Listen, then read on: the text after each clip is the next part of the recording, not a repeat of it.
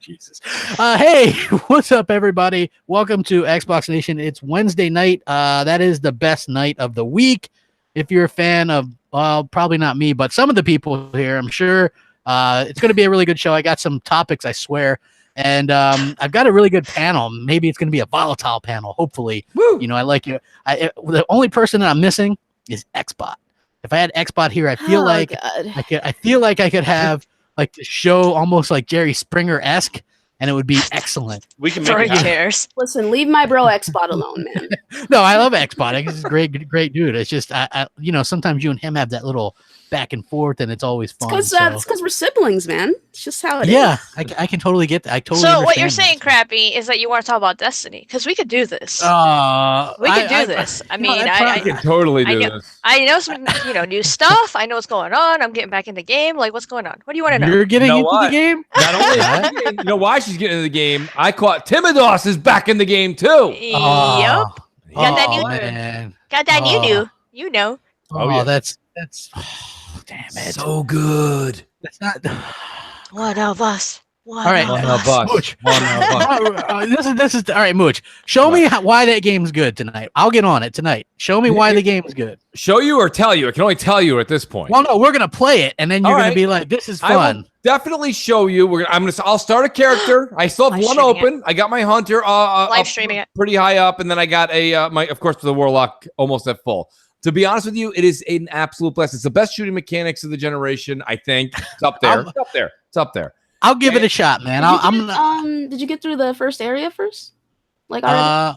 Yeah, I mean, I got through the little the story or whatever. Literally gonna go through this with me tonight. He's going to start a new character. We're gonna do this whole thing. Oh, but he has to do the beginning part, though. You're right. I did the beginning part. I'm pretty sure that's all he did. But I did the beginning part. So that's all he did. Yeah. So look. I'm not going to knock it till I try it. There you go. That's the attitude. Welcome to 2018, folks. Don't knock it till you try it in the generation of options.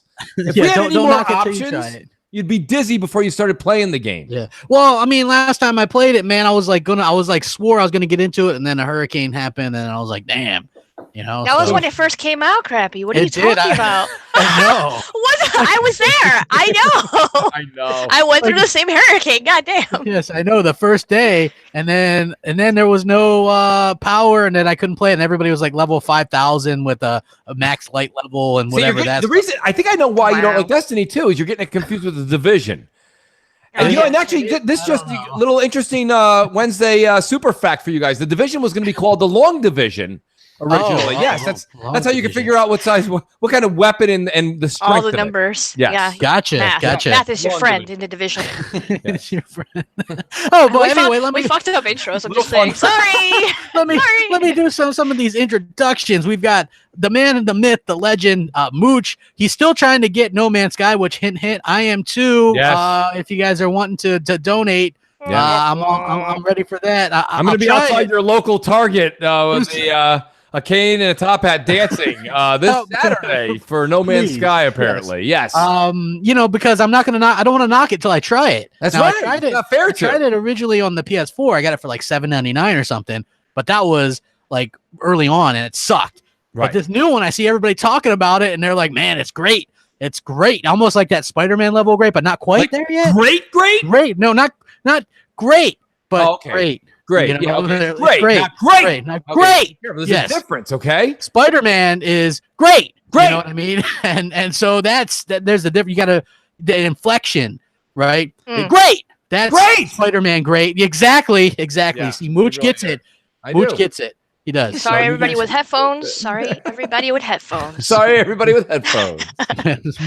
Mooch gets it. So with that being said, we also have, I guess, Foxy is the next. What? Wow. Yeah. Wow. What a shitty intro.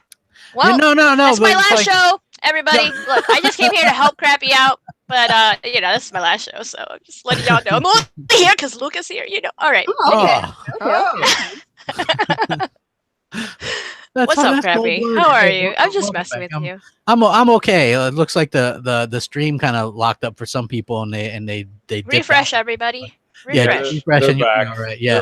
And I'm glad you're here. If you guys didn't know, Salty might be here, running a little bit late.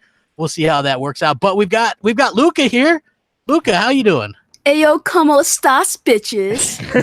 LVS Luca here. Luca sounds way better saying that, by the way. I know, right? Well, everybody does. Come on, man. I suck. I'm horrible. So your resident scumbag Luca, aka the female mooch. So happy to be here. Thanks for having me on, bro. Hey, no problem. We're always happy to have you here. And you know what, Luca, I swear, like watching you on Twitter is like an art form. It's so much fun. I love it. The only thing is you change your picture so much on there. Sometimes I'm like, who the hell said that? I'm like, oh, it's her. It's Luca, of course. You know what I mean? It's like one day you're Venom and the next day you're you. So it's like, I remember I remember once upon a time she used to tease me about that. Now she does it every other day. Babe, I don't know what you're talking about. Babe, I got receipts, babe.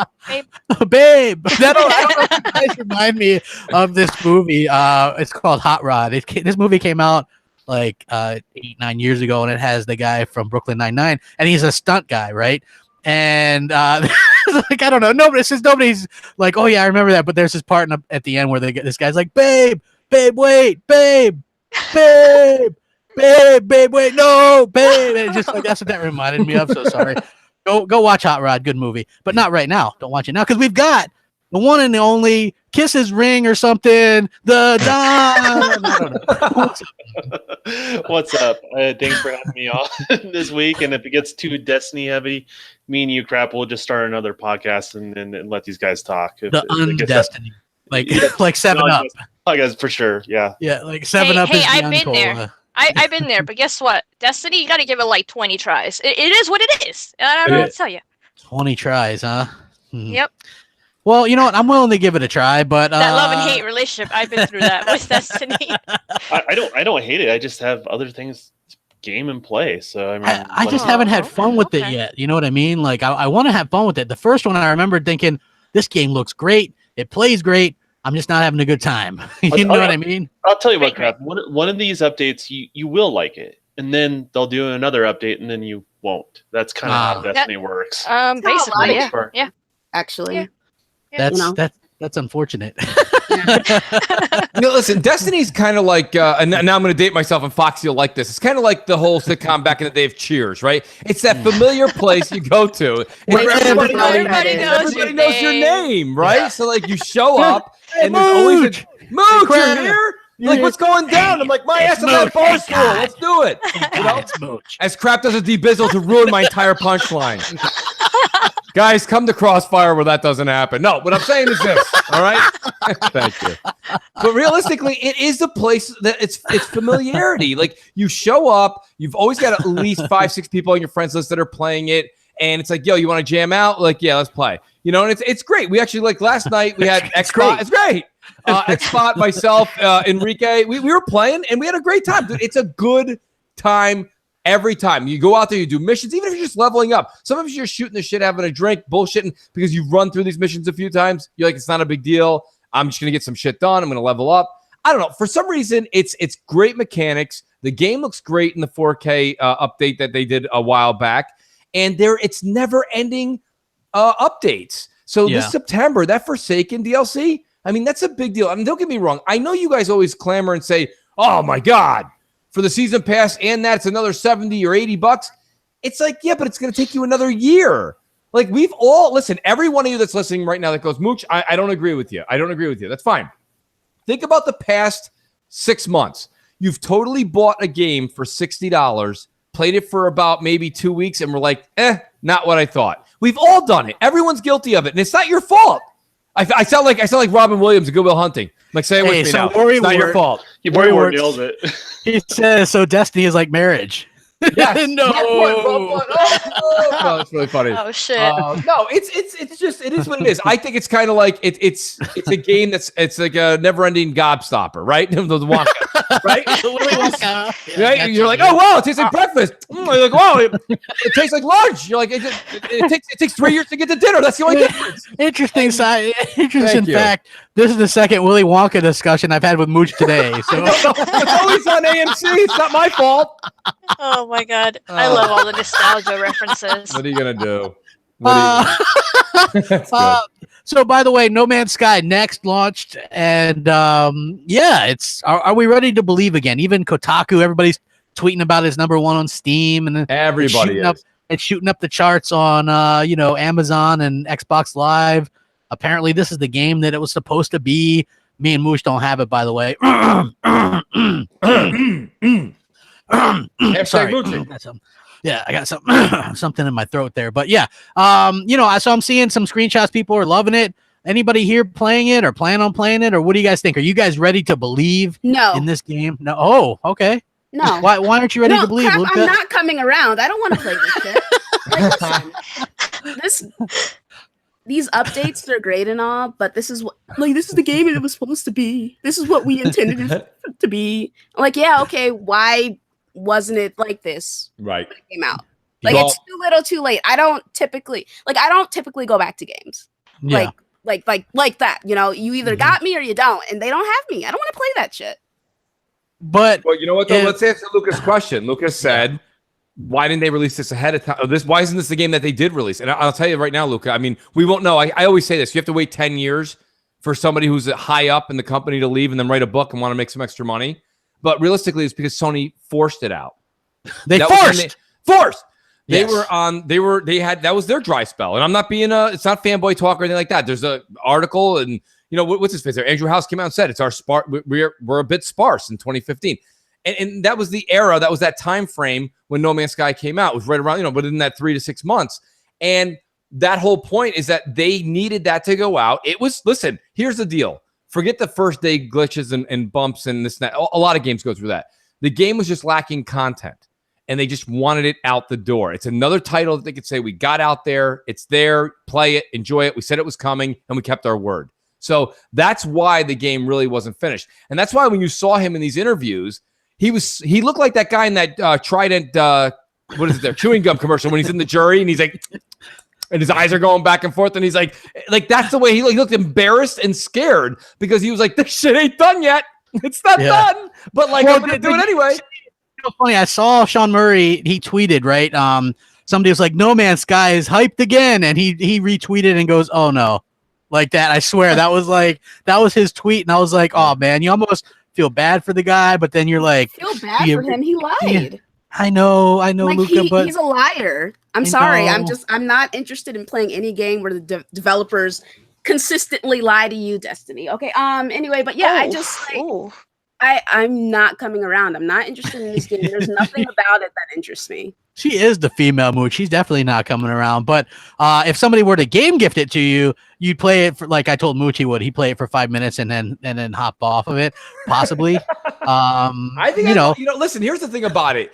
It's similar to the way that I kind of defend Destiny. I would not play it nearly. You as much defend as Destiny? Get out of here, right? But I think it's a game where you could, and I don't know. I've never played it. I've watched Let's Plays. I've read the early reviews from back when it first came out. I saw the bad. I didn't play the bad. I saw the bad.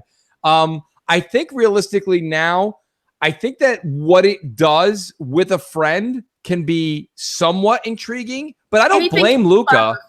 Yeah, exactly, Luca. Like, I'll be honest with you. I don't blame you, and I would not sit on this podcast or any podcast and say, "Oh, Luca, give him a shot." No, because to be honest with you, everything you've said is factual. Everything. So realistically, Gamer has every right to feel like Luca does. He did put out a bum product.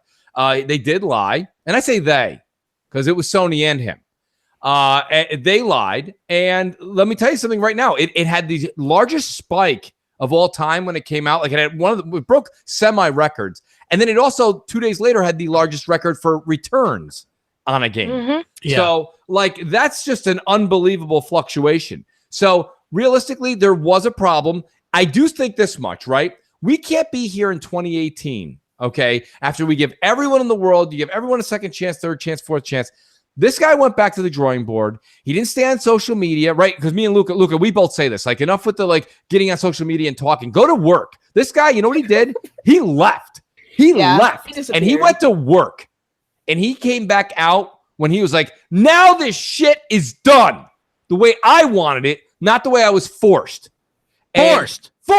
Yes. So my point being is that this is why I kind of have that little bit in my heart where I'm like, you know what?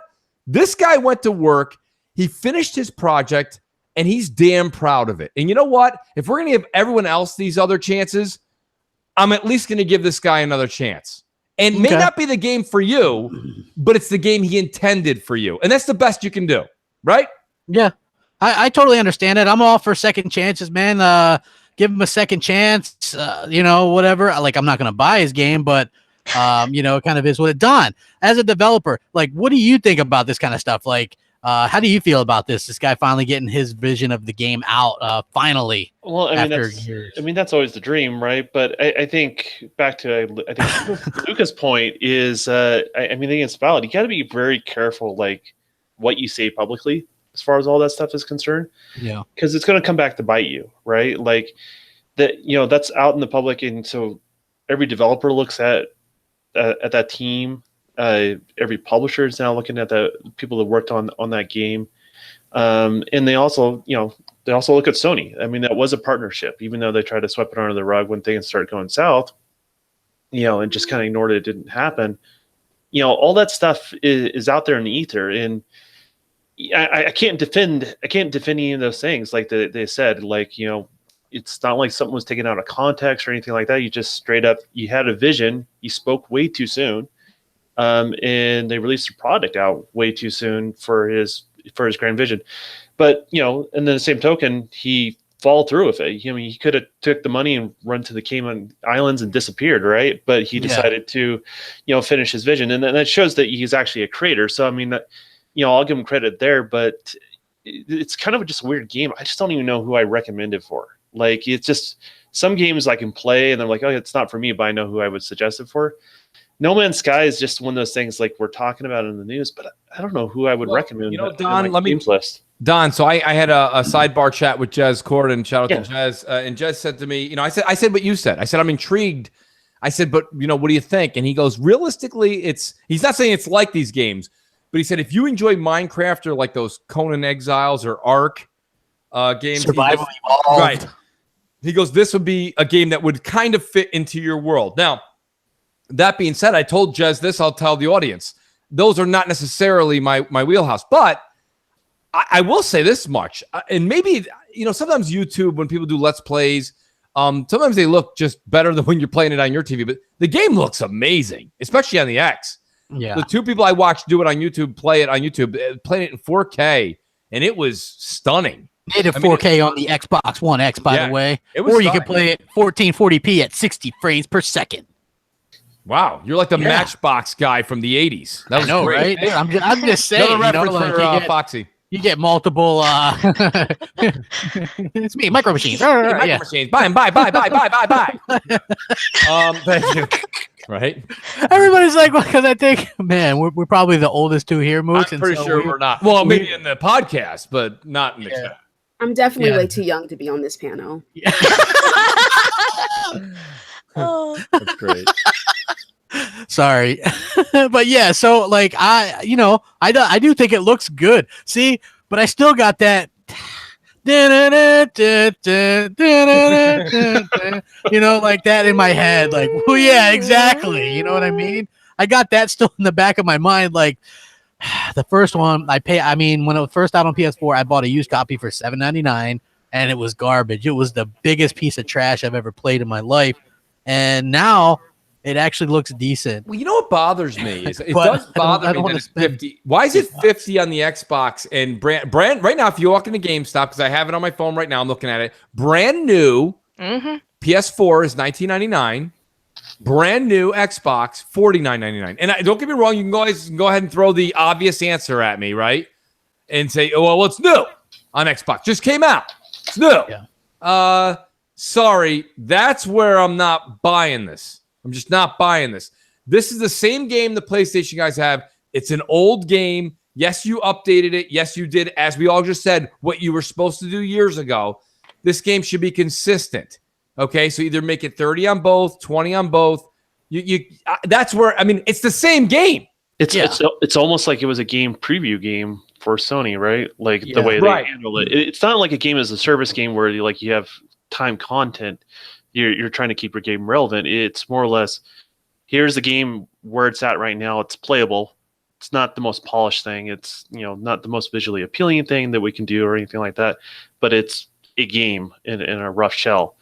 And what we're seeing now, 2 years later, is it 2 years since the release? Yeah, 2 years. Yeah. Yeah. So what we're seeing now is the final game, basically going to the public, and now they're charging full pop. Exception of you can't really do it on the Sony side because, well, it's been on that platform for quite a while. It's like their version. See, you know what? You want to know something, Don? Let me say this much though. All right, what's good for the goose is good for the gander. Yeah. I think it could be $49.99 on both consoles. And I think, just like he said, if you were like Crap or anybody else that was unfortunate to buy the broken empty game, then you get the update for free. You do, right? I think, don't you? You do. So that's the benefit, right, Don? So $49.99 for the next, okay, No Man's Sky on both consoles. To have it $20, I mean, think about this as a consumer. Forget that you're everyone in the chat. Forget that you're on this panel. Forget that you're paying attention to the gaming industry. Now I just walk in because I hear about the hullabaloo of No Man's Sky. And I walk in, and maybe I'm a multi-console owner, like most people are, okay? And you walk in and you're like, well, look at that, $19.99. Why is it $50 on the Xbox? You think you're going to get a logical answer out of GameStop employee? It's going to be the longest UH out of their mouth ever. And it's like, I'll try to sell you a used copy instead. Right. But a used copy on the Xbox is still $44.99. So it doesn't make sense. And a used copy on the PlayStation is $9.99 or $7.99. They're just going to say, get it on the PlayStation. Right. I know what you're saying there, Mooch, but what's going to happen is the demand's going to drive it down, right? Like that's just kind of 3 weeks. That's going to be $20. Exactly. Like this is going to drop in price, sooner than people realize. So, if you don't feel like it's worth it to you at $60, and this goes with like any game, right? Like if you don't feel like it's worth it at the $60, then wait until that price makes sense for you to jump on in. And I think that's how games should be. And I mean, that's something Steam has really kind of brought to console gaming to a certain degree, is that whole business model on the whole Steam side of things is the demand will drive the price. And so they had this flexible business model that allowed them to keep dropping price and keeping games relevant and allowing those games to sell. We're seeing that a lot more on Xbox and PlayStation because of digital. And we're even seeing it in some forms. When we see it happen digitally, we also see it happen physically as well. So, I say just someone buy it when it makes sense, when it's the right price for them. So when it's on sale or something, is what you're saying? Well, it'll probably drop in price in 3 weeks, like Mooch said. I mean, I don't have any doubts. In a month or two, it'll probably drop. Even if it's like 10 or 15, it'll drop. Yeah, but on the Xbox, you're paying for the extra piece. Obviously. I mean, you'll get a spike for 2 weeks. But that's about it. We're paying $10 per extra P or whatever it is. Exactly. Man, that's a lot of extra dough though. So I mean, I guess you get what you pay for though, right? I mean, nobody can say anything negative about that. I want to talk about something that's great, and that is exactly this Spider-Man PlayStation 4 console that gets announced, and it looks pretty good actually. Mooch is getting it. That's all you need to know. Mooch is getting. He hates colorful consoles, but he's getting this. I do, but I love value and I like money. I know. Somebody messaged you earlier in the week and was like, Mooch, how come you got rid of your Xbox One S Gears of War because it was red? Now you get red PS4 Pro. Explain yourself, Mooch. It's called tinted glass. So my entertainment center has tinted glass downstairs. It's where I kept the Gears one. And by the way, the minute that the Scorpio came out, you guys know this, it's documented. The minute the Scorpio came out, Gears 4 Big Bloody Red Edition was the first one I traded in, and I got the most value for it. I remember I cried that day. I apologize. I said I didn't send Foxy a teddy bear, but nonetheless, sent her a heartogram. Okay. So I was DMing Crappy like, why did he do this? Why does he hate custom consoles? The one thing to trade in is as noisy as console he owns. Basically. Actually, Don's not necessarily wrong there. So it's two parts. I mean, you guys all know this, and GameStop's got the ads up everywhere. I traded in my PS4 original vanilla when PS4 Pro first came out. I got $200 for it, traded a couple games in, ended up getting the Pro for a little under $200. I then took that and traded it in to get the Pro, right? Yeah. Or excuse me, I had the Pro. Now I traded the Pro in for $250, and I got the Spider-Man one. Plus, it comes with the game. So you do have to do the deduction here. It's $64.79 after tax in New York for a game. Okay, so that in consideration with the $399, right? Take that off, plus the $250 I got for the Pro I traded in. Like I'm getting this thing for like $100 and something bucks. Now, take this into consideration. You guys see what Sony fans, or not just Sony fans, Spider-Man fans, like they're just like, it's great. It's great. Yeah. Great.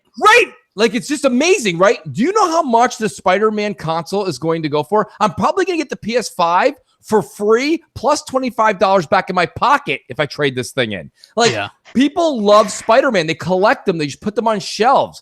I mean, heck, we had shout out to Magic Mike. He was on Crossfire last week. He's got a Spider-Man tattoo. Okay? He's willing to put a tattoo on his body. He's going to pay like $800 for a console. Like, this is what's going on. I know value. I know money. I know economics. You trade when your value is high. Yeah. You don't trade when your value is low. And you might go, no shit, Mooch. Meanwhile, everybody's trading in their systems in the middle of a generation when they have nothing, bupkis coming in for it. You trade when it's high. They're offering a well, they did this past weekend. They gave $30 on top. $250 for your PS4 Pro. Are you crazy? I paid a little over $100 for it. Like, that's nuts. Now this thing comes out. I get the game with it. And in 2 years, I'll trade this in to get a PS5. I'm probably going to be able to walk out with it and half the stock at GameStop. Like, you understand? You trade when it's high. I don't think anybody has an issue with that because that makes perfect sense. It's the fact that the way that you talk about Spider-Man and the way that you talk about custom consoles is just, come on, Mooch, come on. Yeah, listen, I'm going to literally be playing this game for 10 days, like all of you are. Because it's great. You understand? You guys don't even understand. Like, the same thing with God of War. Now that everybody's hangover's over, and everybody was like, it's the greatest thing since life's existence to man. You guys don't realize that God actually made God of War on the 8th day. That just wasn't in the writing. Facts. So what is Mooch going to do when GameStop closes? How is he going to be trading in his consoles and all that sort of stuff? It's called a Craigslist, my friend. So you're going to have strangers coming to your door is what you're saying. Apparently you've never used Craigslist. You go to Starbucks, my friend, okay? It's the home of the trader, right? It's the home of the merger. So Mooch is going to be mooching coffee at Starbucks. Yeah, that happens currently, by the way. I'm not sure. I don't need GameStop to close for that. Oh, listen, man, realistically, guys, listen, I'm on all the time. We're always talking about how the best way, like someone just said in the chat, Mooch economics, man. Listen to me when I tell you to go get these values. Now, they're not as good as Foxy Deals. Foxy Deals hit you every week with games. All right, I've got a handful of Foxy Deals that I got good deals on. She does great deals. I do when it's hundreds. She's saving you dollars, which is great daily. I do hundreds every couple months. This is my thing. You got to do it when it's hot, and it's hot right now. You buy it. Yeah, dude, I'm there with you. I have a launch PS4 Pro that sounds like a jet airplane. It was funny too. Shout out to Rand. I go, Rand, isn't your PS4 like? Cause he got his right around when I got mine, the Pro. I go, didn't you? Isn't it loud? He goes, well, I'm wearing headphones, so I'm not really sure. I'm like, you know that thing sounds like you could like if you stand over your PS4 Pro. Another Wonka reference. It's literally like having fizzy lifting drinks. You float above it with that fan. I mean, you literally can hover above your PS4 Pro. Hey, Alan Savage says instead of just being red with a white sticker, they should just had some blue webbing on it. It also kind of like this suit Spider-Man, mostly blue and a red little bit of white. Well, it doesn't have to look like a rocket pop. You know what I mean? Let's just stick with the red and white, right? Yeah. I mean, that's what mine sounds like. I have one pre-ordered too, by the way, at GameStop. And then I'll trade in my Pro. I might even trade in my S and just walk out the door with it for free because I'm not using the S at all. I don't have the I have just the white one, the Madden one. Once you go X, you never go back. Exactly. Like I couldn't imagine going back to the S. It's bad enough. Like I like to retro game sometimes, and retro gaming on a 4K TV looks like shit. So that's a little bit kind of unfortunate. Yeah. Just another. If anyone's on the wire too, crap. Since we're talking about Mooch economics, the oddity here too is from what I'm hearing. Okay, and the write up that I got. The Spider-Man PS4 Pro Edition also comes with a physical disc of Spider-Man. So that means after you're done with it in 7 days, which you will be, you can get $35 back trade-in value. So you get more money. So if it was digital, you're screwed. But I'm saying, like, it comes with a physical disc. Like, I mean, listen, you can swing to the left, swing to the right, punch. Right? Literally, it's the electric slide for gamers. And when you get done doing that for 7 to 10 days, which is going to be fun, I'm going to have hashtag fun. I'm going to enjoy it. Yeah. I'm going to enjoy it. Once it's done, trade it in and get 30, 35, $40 back. Like, why not? You know, I mean, you've got Shadow of the Tomb Raider coming out a week later, and then a plethora Like literally the heavens open up for gamers after September 14th. It's unbelievable. So there's no way with the plethora of games that are coming out that you're going to be like, no, I really need to go find that last dollar sign that's on top of the 45th skyscraper. No, you don't. You don't. Yeah. Okay? So it is what it is, but that's my pitch on it. Go do that if it's still available. Make some money, guys. You got a PS4 Pro? Make some money on this. Well, yeah, like that's what I'm gonna look to do, kind of trade it in. It's like, do I really? The only thing that makes me hold back a little bit is, you know, when is the PS5 going to come out? And you're right though. I probably just trade in that Pro, huh? Yeah, that Spider-Man one and get. Why wouldn't you, Crap? You're right, man. Actually, Moochonomics works. Thank you. I'm selling a book for $49.99. The actual cost of No Man's Sky, ironically. it does work, man. It's cool stuff though. I'm looking forward to the game. It's going to be great. And I'm sure that it's going to win many awards and in PlayStation 4 fanboys' minds and heads. And I was thinking about picking it up. I was telling Luca last night when she was doing her little stream, and I wanted to get the Spider-Man console, but then I figured it was a Pro, and I would have liked it if it was a slim model. I would have definitely picked that up. What's wrong with the Pro, Fox? It doesn't do a little bit, Mo. No. It just doesn't. Also, I'm getting Tomb Raider Collector's Edition. That's pre-ordered, so I'm like, yo, that's where my money is. I don't need a PlayStation Pro. Get out of here. Yeah. So yeah, if it was a slim, I would have definitely considered picking that up. Definitely. Yeah, I mean, I have both the regular one, which I let Hellhammer. I guess have. I mean, I guess that's how these things it's go. It's not that much of an upgrade. I'm just saying. It's not really, to be honest. And I don't play PSVR. That's another thing. Nobody does. Oh shit! You heard it here first, ladies and gentlemen. Crappy said that. Okay. Yeah. I like PSVR, but nobody plays it. I haven't even plugged mine's unplugged right now, and I haven't even played. Welcome to my world. My PS4 in general, since I think, Detroit. So I played Detroit, and I played. But you never even beat that yet. No, you're missing out on the. I literally have a chapter left. I just don't know why. For some reason, I'm having a hard time going back to it. You gotta go in, and you gotta give it hell, Mooch. Go in there, and I'm right at the point where Marcus has started the revolution. He's going up to that bridge area. He's marched everybody up there, and now it's literally the androids versus the humans. And I'm at a point where I think I made so many bad choices in the game. I'm like, I really wanted a happier ending. I wanted a happier ending. I don't know yet. I just feel like it's not going to be a happy ending. I don't know. I'm sure it's going to work out fine, Mooch. If you never know. Does it, then it's not the end. I'm sure it'll be fine. Thanks, here's a good reason why I have the Don on today. So Brad Sams, who me and Mooch, we interviewed this guy one time. Remember on Crossfire? I don't know if interviewed. He was just on the show. No, he was on the show. Yeah. Pretty reliable guy when it comes to this kind of stuff. And he says that there's going to be a purely Xbox streaming device that's going to launch side the next gen Xbox. Yes. And there's a lot of people that aren't happy. And you would think that I wouldn't be happy about this, right? But I did a video about it. A lot of people are kind of pissy. And I see that, right? But it's an option. And that's how I looked at it anyway. It's something that I couldn't even use if I wanted to.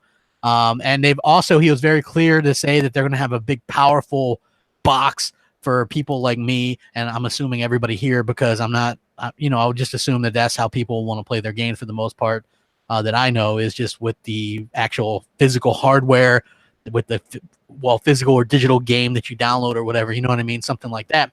But it does look like we're going to have both options or whatever. And I would assume that the streaming device is really geared towards casuals and has a casual price point. Don, what do you have to say about this, man? You're a developer. A lot of people are 100%. We're going to all have to be streaming here within the next generation. It's happening. Like it or lump it. It's not going to happen even for 4 generations after this. Here's the thing. The best player input's always going to be the device that's under your television. It's never going to be something remotely. Now, what we're going to see over the years is that gap lessen and lessen. It also requires a lot more power to do things remotely as well, because you have to do things like predictive rendering. So you're not rendering the next frame, you're rendering all the other possible frames that can happen. And so when the player gives input, basically it retrieves that information and streams it over the internet. Also, it's cheaper for Microsoft just to send you the game, have it play on your local device, than it is streaming the game. It's different. It's more data for them. So like it's one of those things, like there's money to be made there. I've always said this, and I also always said it requires to really get people into this, you have to have hardware on your television so you get the best player input. And it looks like they're actually doing very target specific hardware for streaming that eventually probably be shrunken down and put in other devices down the road. And it's just an option for people. And I think one of the interesting things is they didn't really go into detail of, like, you know, it's all early on, so we don't know what the piece of hardware we're going to have on our television is going to be that allows this streaming. But, you know, I would imagine if it's, you know, a lot of it's also software based, that Microsoft being Microsoft, that probably our current consoles, not probably the X, but, you know, like the S and the base model Xbox is going to be able to do the same thing this device is going to be able to do. For those people that don't want to move on to the latest and greatest hardware. So it's just one more option, cast a bigger net, and more gamers. I mean, that's the idea, right? Yeah. Like, you know, they're always talking about that, 2 billion gamers or whatever it is, right? And I think to them, I don't think they're trying to market this towards me or Mooch. Or I mean, out of 2 billion gamers, not every out of all those 2 billion gamers, they're not all looking for the same thing, right? So like some people care about gameplay or input. Some people care more about the graphics side of things. Some people don't care, right? Yeah. So this allows to cast that bigger net that encompasses. Let me take it a step farther though, Don. I think, listen, on the top level, when you're just going to buy one console the first time these new iterations come out, you're 100% right. Myself, Crap, you, and most people, I don't want to speak for everybody, I think the majority of the hardcore that are listening in would agree that they're going to get the Scarlet, the $499 version or whatever it is, the $400 version, you know, the powerful one that sits on your TV. I will say this much, though. So early on, when we talk about, we were just doing a little bit of the fun stuff with the Mooch Economics stuff, but that aside, Moochonomics, I kept my S for a little while. I had an extra S in the house, and I brought it upstairs. And I put it in the bedroom because I had an area where you can actually watch YouTube and show the streaming media. And if you wanted to jam out and game, you could. But realistically, that's just not my jam. So my whole thing, though, is, I wouldn't mind getting a competent, great system that's able to handle majority of the games that are coming out now, be in a smaller size, be able to put it there and be able to stream my YouTube, my this, my that. It's an all-in-one box. That's $100. And really, it's competing with a lot of different other boxes that do that on the market. And that's what Microsoft's saying. Now Microsoft's able to put this box into some people who have smaller apartments, people in college, bedrooms, like I say, other family rooms, kitchens, bars, and be able to put this small thing into areas in people's homes where otherwise you wouldn't just have this big clunky machine. You know, we could say that the PS4 Pro and the Xbox One X look great. They do, but they don't necessarily look good in your bedroom, or they don't look great in your kitchen. You know what I'm saying? But like, if you have a small, slender box able to do this streaming, it really does add a level where you may have a Scarlet, a powerful Scarlet in your home, but you may have another streaming Scarlet in another room. And that's not to say that that's absurd. For $100, that's in everybody's wheelhouse. And, you know, everybody on the internet talks about $100. Oh, how dare you speak for my $100? Wait a minute, dude. Wait a minute. You just showed 3 pictures last week. Are you getting like Chinese takeout pizza and like you went to the movies 3 times? Like, you're what? Like last week you spent $150 on recreation. So to have a box in your house for 3 to 5 years that does all of this, and maybe a room that you currently wouldn't have had that media, I think that you can reasonably say that this fits into people's homes. Well, who's to say if you took that approach, you bought both machines, right? Right. And who's to say that you'll have to stream it over the cloud? Why couldn't you just stream it over the other console in the home at that point? And you probably get lower input lag. I'm okay with that, Don. If that's an option. So the technology, you know, would expand across that. I mean, it's possible. We're doing this now. I mean, we just don't use the feature streaming from your console to your PC. Like a lot of people, I don't know, do that, but you can do it, and it's there now. It's only going to get better. It's about lessening the gap, right? It's like there's always going to be one's going to be better, but the question is how close can you get it on something like that? And so, I mean, you know, I think it's a great option for people. I think for my wife, like occasionally she'll pop on Sea of Thieves with me, and that's about it, right? Like that's all she does. So does that justify like another $600 console for her? No, it doesn't. You know, and the player input, probably not going to notice. Matter of fact, it'd probably help her because, a lot of times she's overreacting to her reaction she did before. So maybe that little bit of lag might help her, actually. Right. So for her, it's a good alternative, right? So. No, I think that this does hit home for a lot of different folks. You know what I mean? Like I said, it could be this instance like Don just gave, or maybe like, some people have like a young kid where you're like, I'm not going to get, 6, 7-year-old. They're playing Fortnite. They don't care. Like, they don't care. And crap, let me give you another example with a streaming box versus the powerful console. You said yourself, you have a 3DS or a 2DS or something like that. Don't you have one of those? Okay. Yeah. Those games, there's a lot of games that are on that were on the Wii U and that are also on the Switch, right? There's they have them for both. And that doesn't deter you from buying a Switch. Like, you have a Switch. Just because you have a 3DS or a 2DS doesn't mean that you're not going to play that same game on a mobile device. So my point being is, why wouldn't I want to buy $100? Like, my kids are playing Fortnite like unbelievable right now. Like, everybody's basically, right? Like, that doesn't make no one's Fortnite so much. My baby cousin is like obsessed with the game. Luca, literally, I would if there was a way I would put my son in a competition to go against Ninja. That's how good he is. And realistically, it is that crazy. But he can't play on PC. But nonetheless, my point is, right?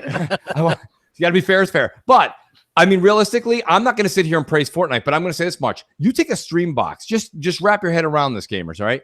Take that stream box, give it to your youngest kid or your youngest sibling or this and that and blah, blah, blah, and they're able to play it. They don't care if it's in native 4K. They just want to play the thing. It's a sensation on Switch and mobile. It's not in 4K.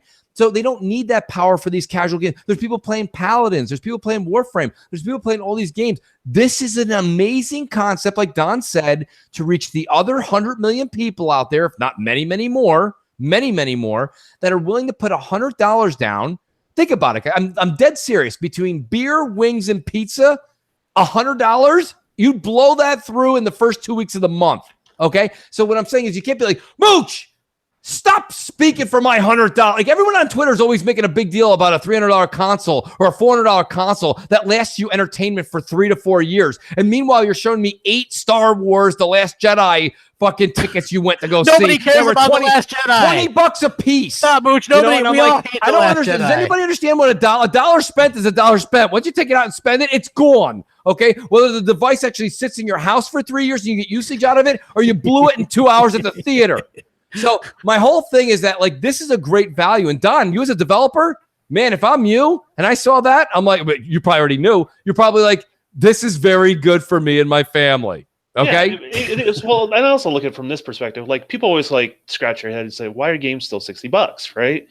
And a lot of that, it has to do with the fact that even though microtransactions, well, there's that, but there's also, like, games keep getting more expensive to build, but the audience keeps getting bigger. Right. Yes. So that's what hinders that from going through that glass ceiling, essentially. Right. Right. If you get basically more butts in the seats, right? You get more people be able to play it. Absolutely. Get more people willing to try things like Game Pass and stuff like that. Right. More people are willing to buy. Like, that's one of the biggest things. I keep harping on this, is like, one of the things the industry is having a hard time with is getting people just to give a game an honest shot. They already judge it before they even get the controller in their hand.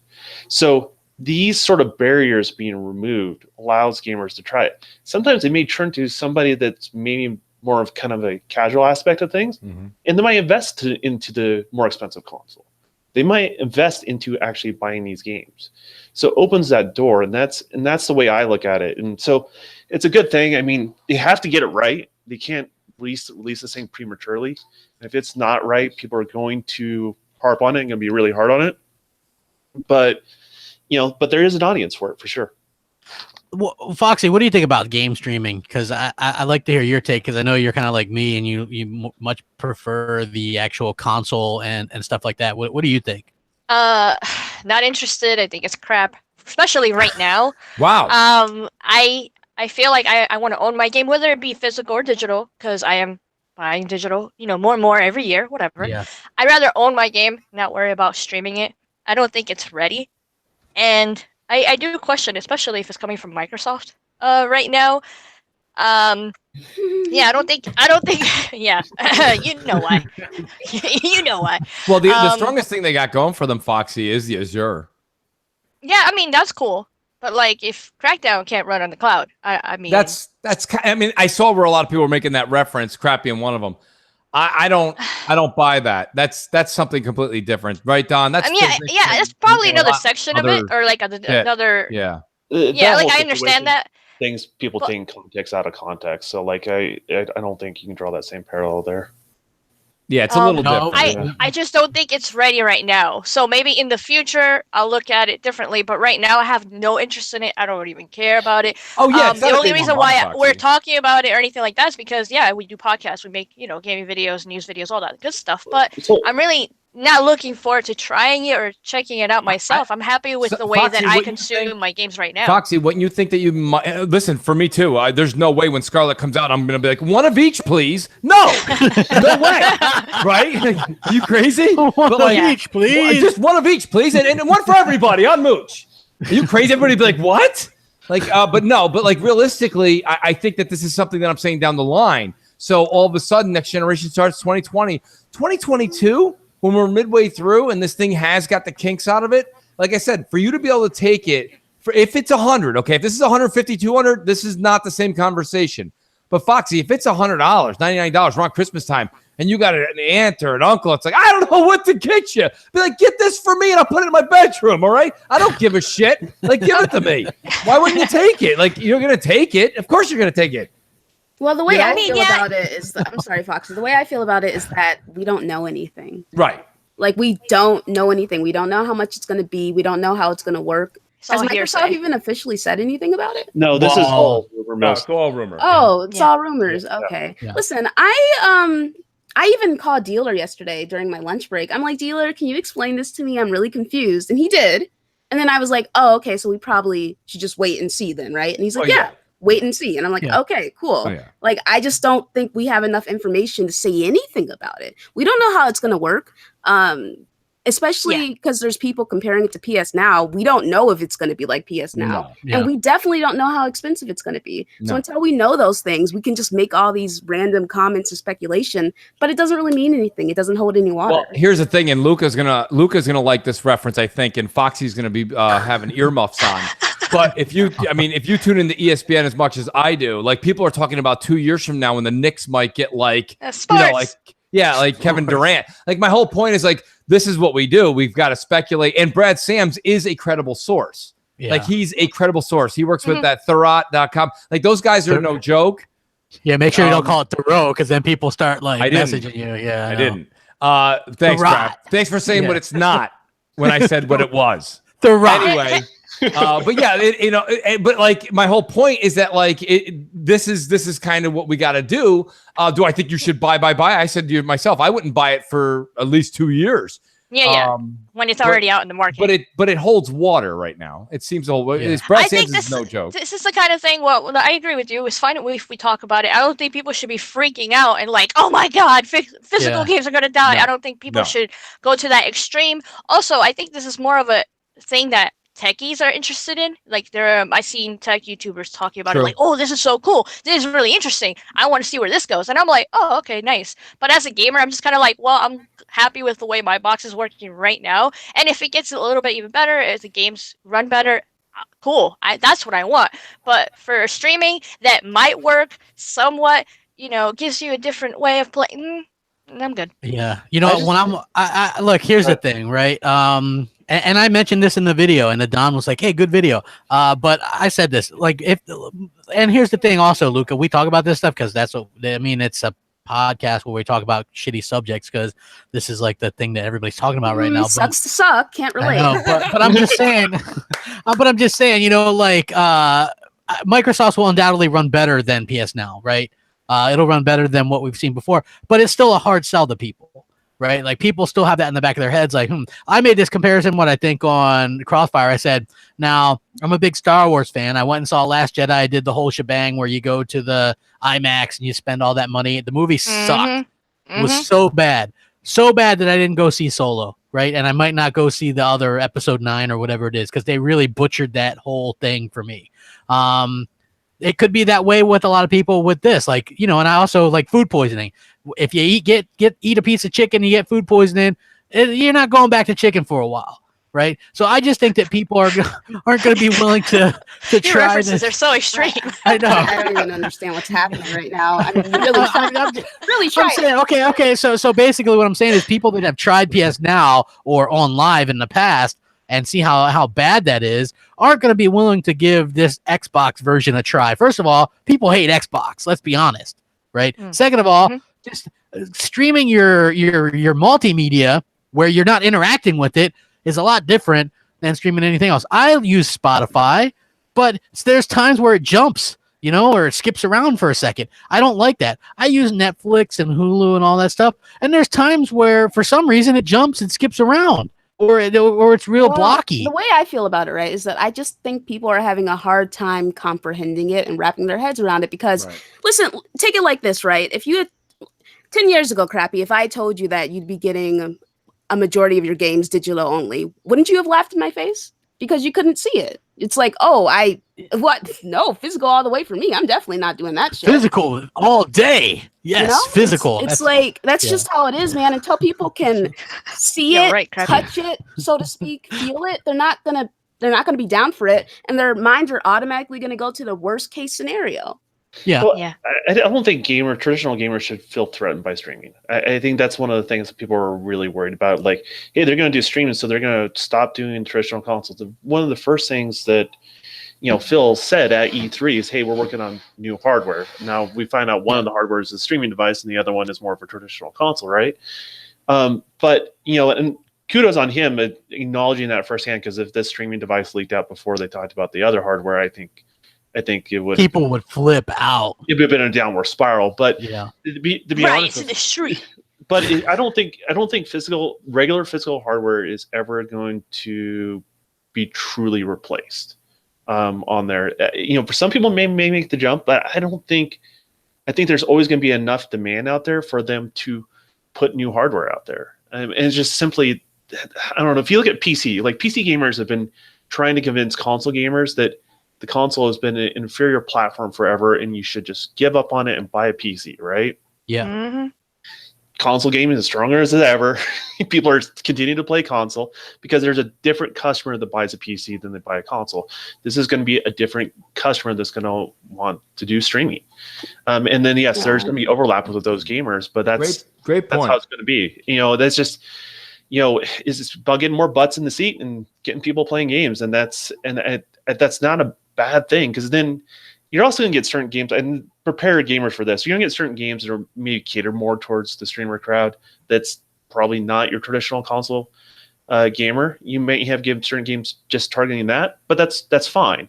That's more money coming into the industry, more money being pumped in there. Eventually, that will make it back to us on the big AAA budget games that I would say most of the people listening to this podcast are interested. You know what, Don? That's a great point. And I feel like the people who are freaking out about this and thinking traditional media is going to go away, they'd have more of a leg to stand on if DVDs and CDs didn't still exist. Right. So as it stands right now, despite how prominent music streaming is and how Netflix is a thing and Hulu's a thing, you can still go out and buy a CD. You could still go out and buy a CD, which is baffling to me. Who fucking buys CDs? 4K Blu-ray. I do. Well, if you look at music artists in general, they make more money now, or at least other people that are lesser known make more money now than they've had in the past because of all these different avenues they have. And maybe CD sales are down or whatever, but they still sell whatever printed disc, and they're also on iTunes and whatever other streaming service. Yeah, they get paid by the stream, by the download or whatever as well. Yeah, they're getting paid no matter what. So I mean, as long and I think that's good. For me personally, I wouldn't want to try that. And again, like, I'm sure it'll be better than PS Now. I couldn't even connect. One time I did a video. I recorded myself trying to play PS Now, and it's like, your internet's not capable or something like that. I was like, what? I thought you didn't even need that good internet, because I have crappy internet compared to most people, but it's not like 1 megabyte or something, or 1 megabyte per second or whatever. It's like, it's pretty decent. It's up to 30. And, I had trouble accessing that even. So for me, it's like, why would they want to limit themselves for the amount of people actually being able to access their games. Like that would take away from people being able to play. You know, it's weird. Maybe it's because I podcast so much with Crap. The minute you move from where you are to a place that has good internet, it's going to be like the end of Scrooge with Bill Murray when he finally saw the light. You're going to walk out, right? It's going to be like the Wizard of Oz when it went from black and white to color. Like literally your life is going to change, right? Like this guy is literally sitting there and he's like, I like physical discs because I don't have any wires to my house. Listen, Crap, we're talking about there's Wi-Fi in the mall. Oh my God. Wi-Fi in the fucking mall. There's people playing Fortnite outside of TCBY.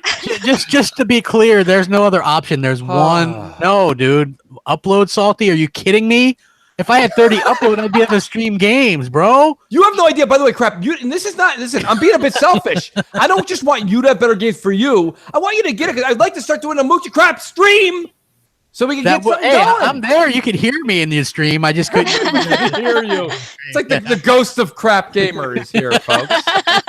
Trust me, I'd be hilarious. I'd be streaming on Mixer all the time, man. I'd be like, have my hat on and everything. Look at me, I'm Mixer. I'm great. Great. Yeah, look, you have to wear it at a 45-degree angle. You have to wear goggles, and you have to grow a larger beard than you already have. I don't know. I plan to go on Mixer, but I've got 7 more months of beard growing. I'm working. I have a pretty bitchin' beard, man. I gotta say. I'm gonna be like the Italian Kris Kringle. Okay, I don't know what the hell's going on. Why does everybody on Mixer look like they're out of a Mountain Dew commercial? Hey, I could fit in great, right? Can anybody just wear a suit? Can you wear a tie? Kumbaya. Yeah. Can somebody wear a collared shirt? Great. Nope, they play in pajamas. What do you mean? Hey, and I got a cute dog. I can bring him up. That's what all the Mixer people do, man. It's like, no, man. Here's my dog. You know, somebody, you know the Oakley Sunglass Company? Some of them are looking at these goggles they're wearing and like, where the hell are these people buying this shit? Holy crap. Well, I mean, you know, it's just how it is. Like if you're wear a shirt. I mean, just put a shirt on and like comb your hair. Does everybody have to wear a hat sideways or backwards or forward with a dent? Jeez. Someone says Mooch is roasting Mixer streamers. Which just kills me. Yep. Dude, I hear what you're why? I mean, everybody's like, it seems like everybody's working so hard to look so different. I don't get it. Like, we were there to watch the game, dude. Like, do you notice that you're taking up like a quarter of the like not like a quarter of the screen, an actual 25-cent piece. You're taking up a little piece of the left-hand corner of the screen. Like, we're there to see the game, and everybody's more worried about how they look. Like, nobody's checking you out. I mean, they're checking out the game. I mean, clearly it's working because you're talking about it. So no, it's not working because I don't watch it. They want to stand out. Because on Twitter, they keep showing themselves. That's the only reason I see it. I don't watch it at all. My favorite person to watch is the Rad Brad. He's nowhere near the screen. He's got 85 million viewers. Yeah, I love Brad. So if you don't believe me, the Rad Brad's killing it. He's not on screen. Let's do this. Let's do this. You don't have to wear a hat sideways and goggles and like have your nose pierced 85 times. You can just do it. Brad got popular before this stuff even became like really prominent. Though. Yeah, I watch Rad Brad all the time, and I don't even know what the dude looks like. So what? I'll take your word for it, though. He's a hell of a streamer. Yeah. I like him a lot. He is. So what you're saying, Mooch, is if I wanted to be a streamer, I have to pierce a bunch of shit on my face. Yeah, and then you have to grow your beard. You have to grow your beard down to your belly or something. I don't know. Gotcha. I was going to bedazzle his face and get on the live stream. I don't know. I don't like, do I have to do like Stein and? Yeah, you got to Stein. That's what I'm saying. Basically, you got to take Stein to put a picture of Stein up behind you and be like, "I'm trying to get to him. When I get to him, then I'll finally make it." I don't. That note to self. I don't want to make it. Until you start streaming crap, I'm just gonna watch the Rad Brad. Yeah, I would just stick with the Rad Brad. I always recommend Rad Brad to everybody. He's the best out there. He seems really nice. So. He does. Like he's genuinely one of the nice people. He loves gaming. And he's enthralled that he gets to do it for a living. And let me tell you something. He's making a hell of a living, by the way. Yeah, that's gotta be I look at his numbers, I'll click off and I'm like, what did that just say? And then I click on it again and I'm like, 4 commas? Holy shit! I've been following him since 2011. So me too, Luca. I would say 20. To be fair, just 2013. Mm-hmm. I would say maybe 2013 for me. Yeah, not 2011, 2013. Yeah, but like he's just and even then he was getting like I love how he says it too. He's like, guys, no pressure. But if you want me to keep playing, I need at least 50,000 likes. All right? And I'm like, 50,000 likes? No I'll pressure. take 5. Hey, by the way, hit that like button, people. Let's go. Let's hit that like button. So I want to get away from plugging Rad Brad for a little bit Brad, and all the great mixer streamers. They're great. They are great. Yeah. Sony justified its E3 2018 conference. And this was very interesting because they were talking about it because, people were kind of like disrespecting, quote unquote, their E3. Because it was trash. Yes. And according to one of the CEO members from Europe, his name's Simon, he explained why they had that mixed reaction. And he says the reception, I think, has been mixed because he's been living under a rock and doesn't realize the reception's been not mixed, but totally bad. He says there was also some appreciation of what we were trying to do with the construction of the event, with some criticism as to how we actually flowed the pacing and the logistics. For the last 3 years, we've been trying to inject a bit of drama and theatrics into the proceedings to make it more than a simple presentation. We tried to evoke the spirit of the games. Yeah, like people hanging from roof and stuff like that. Yeah. Exactly. He also explained that the reason for the lack of new first-party title announcements is a quote-unquote consequence of announcing games way early in their development. And he said the reason why these games were announced so early is the fear of games being leaked online ahead of their official announcements. Games like God of War. I apologize, but who made this announcement? Okay, this is, speaking with the Guardian, CEO of Sony Europe, Simon Rutter.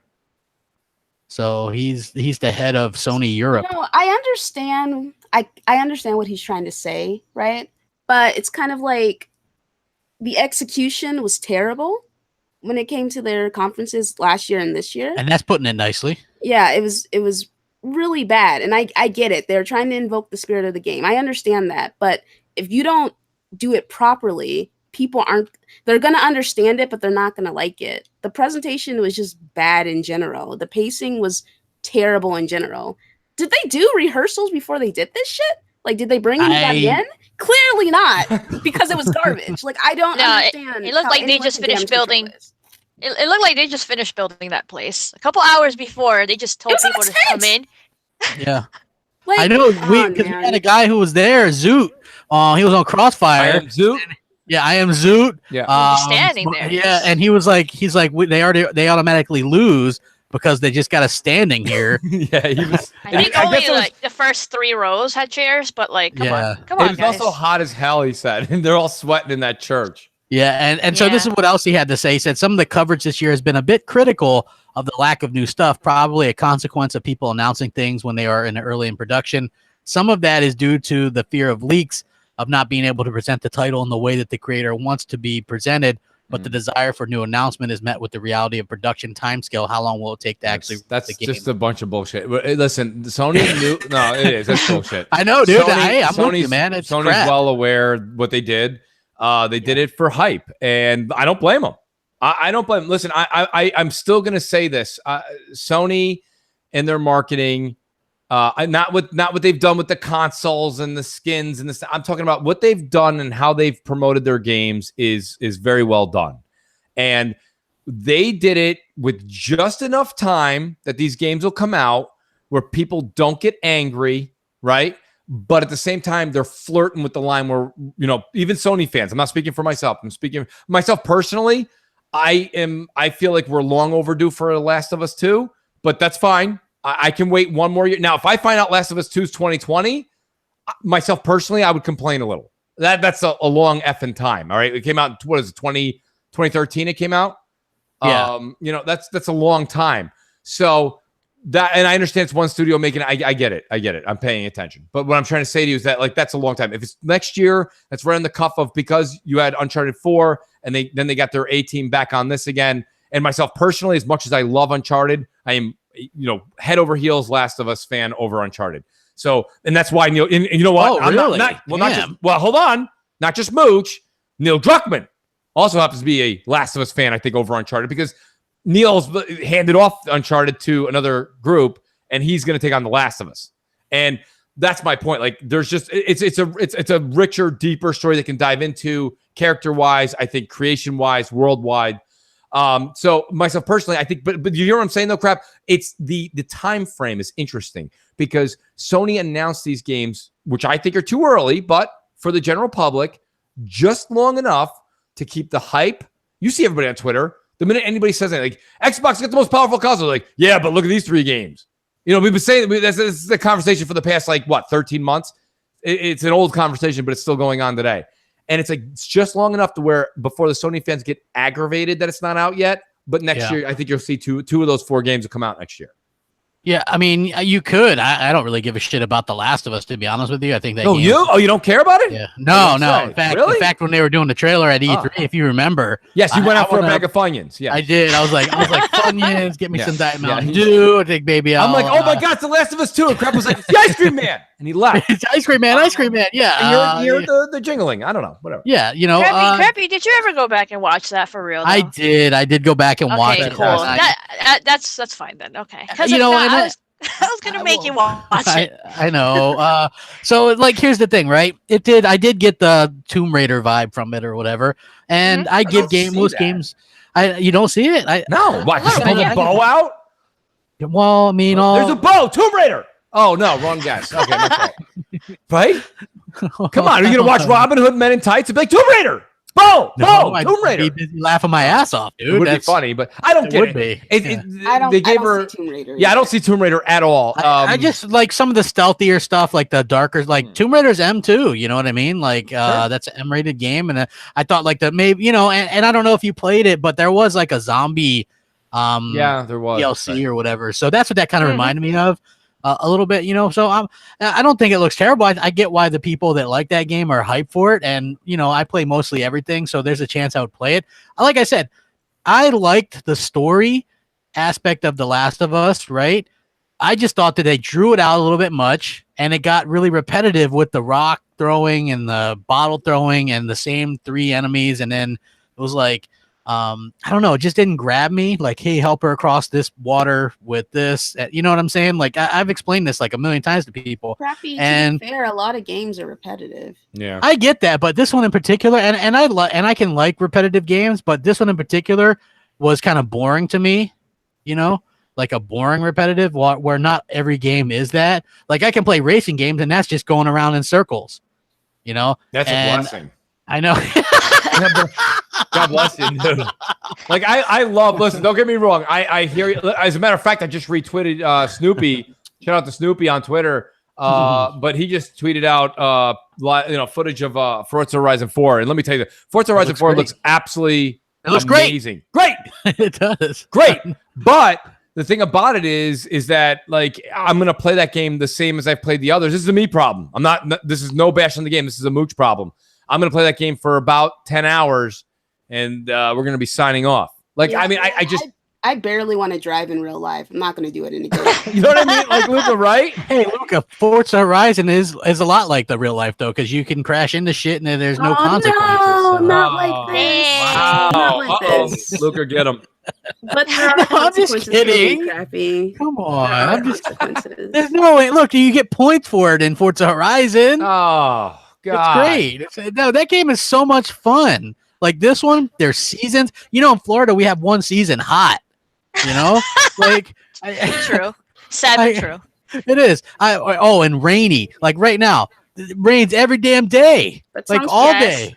It's not even cool rain. It's hot rain. It is. It's hot because it's hot. So you see steam coming out. You know what I mean? Like on the ground. It's crazy. Yeah. Like, and so that game really kind of appeals to me. Just because of all, and I also think they're going to use the seasons in Fable. Yeah, I'm just throwing that out there as well. So and the chicken suit.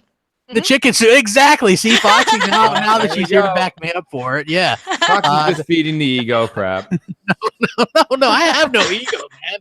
I have no. I'm like the least ego person, man. I'm shit. I'm garbage. Shit. Damn, what the? Trust me, I agree. My haters, I mostly agree with them, man. Good point. They're like, man, those are all the crapaholics. Yeah, they're like, this guy really, and I'm like, man, good point. Crapgamer just like, wow, compelling argument. That is, yeah, like, that's fair enough. I think get back out of the. I'll tell you, Forza Horizon 4 is looking like, I gotta say, and I'm not into the racing games. I'm just not. Like, I don't want to drive around for hours and hours, but like realistically, that game looks good, man. That's the first time I get to see. Like, good thing you got Game Pass. See you in Game Pass. I got Game Pass. I got Game. See you in Game Pass. Yeah, Hell yeah. I'll definitely. For me personally, man, I realize for all you mooches out there, you mooch maniacs, you know what's great about Game Pass? If you can you got to get it when it's on sale. So I got the Game Pass for 12 months for $59. That's great, whatever. But like, take Forza Horizon 4, right? So it comes out, you're gonna play the shit out of it, right? So I'll play that, whatever, done. When Forza Horizon 4 becomes like $20, or it's $20 after the sale on Game Pass after months and months and months buy, you pick it up. If you want to own it, you pick it up. Perfect. You don't need to buy it. I said that. I'm like, yeah, you guys need to try that.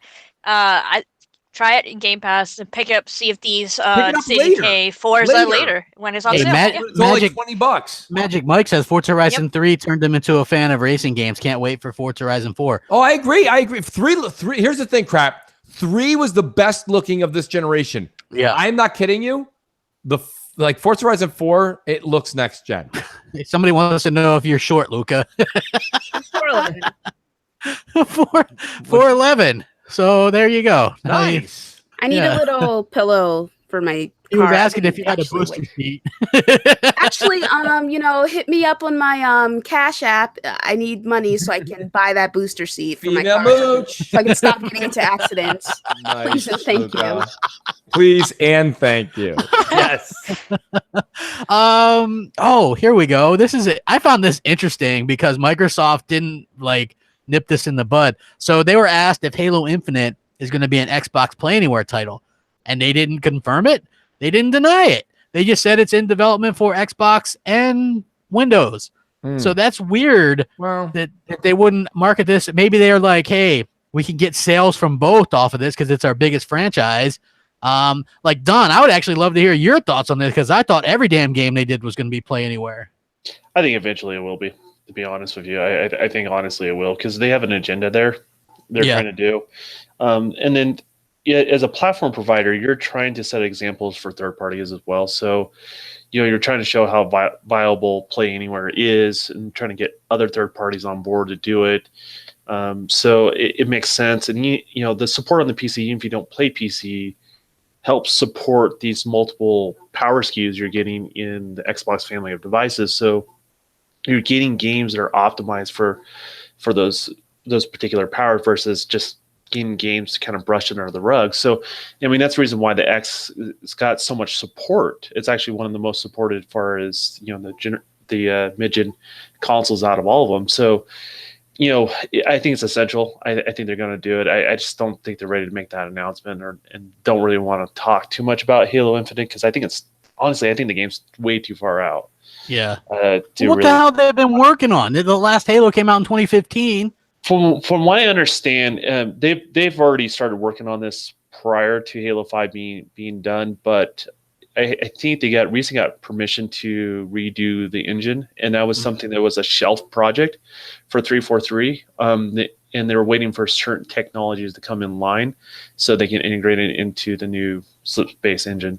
Do you think they're going more back? I know this is kind of off topic, but it is Halo related. Do you think they're going more back for that Halo CE type of feel? Because the orchestrator or the who was that? The guy for 343 that does the music, he left. Yeah, they're going back to the basics. I bet he's going freelance, so I bet he'll still be somewhat involved because that guy did a really good job with all the he did. All the noises. But there's rumors of Marty O'Donnell going back because he had meetings with Microsoft and different people from 343. So there's rumors. That was it's a new rumor. He was taking pictures with. I'm going to say it's not a rumor. Oh, okay. You're going to say that Marty O'Donnell is most likely going to be scoring the Halo. That's Infinite. Awesome. Yeah, I mean that's the vibe we got from him. He's involved. I don't know what degree he's involved, and I also think the guy that left 343 is still somewhat involved in.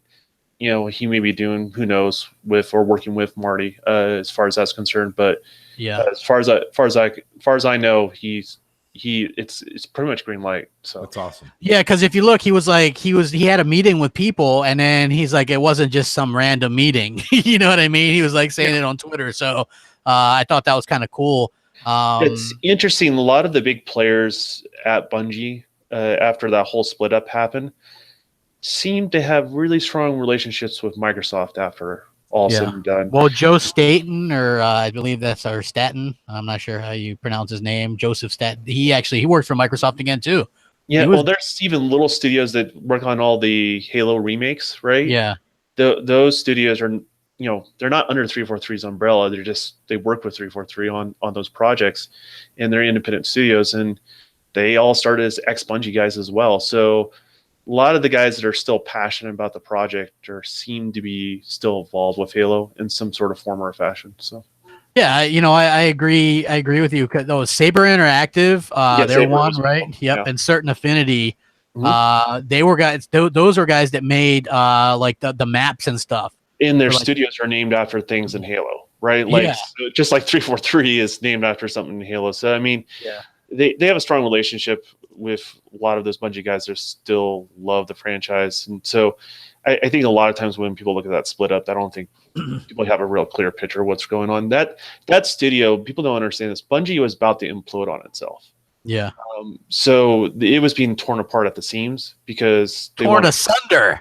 Yeah. Well, there's a group of people that really wanted to do something different, and there's another group of people who wanted to stick with what Halo was. So that was probably the best thing Bungie could have gone through, and honestly 343, because we get two good franchises. I mean, Mooch will talk about Destiny, and we still get Halo. So I mean, it's really good for everybody.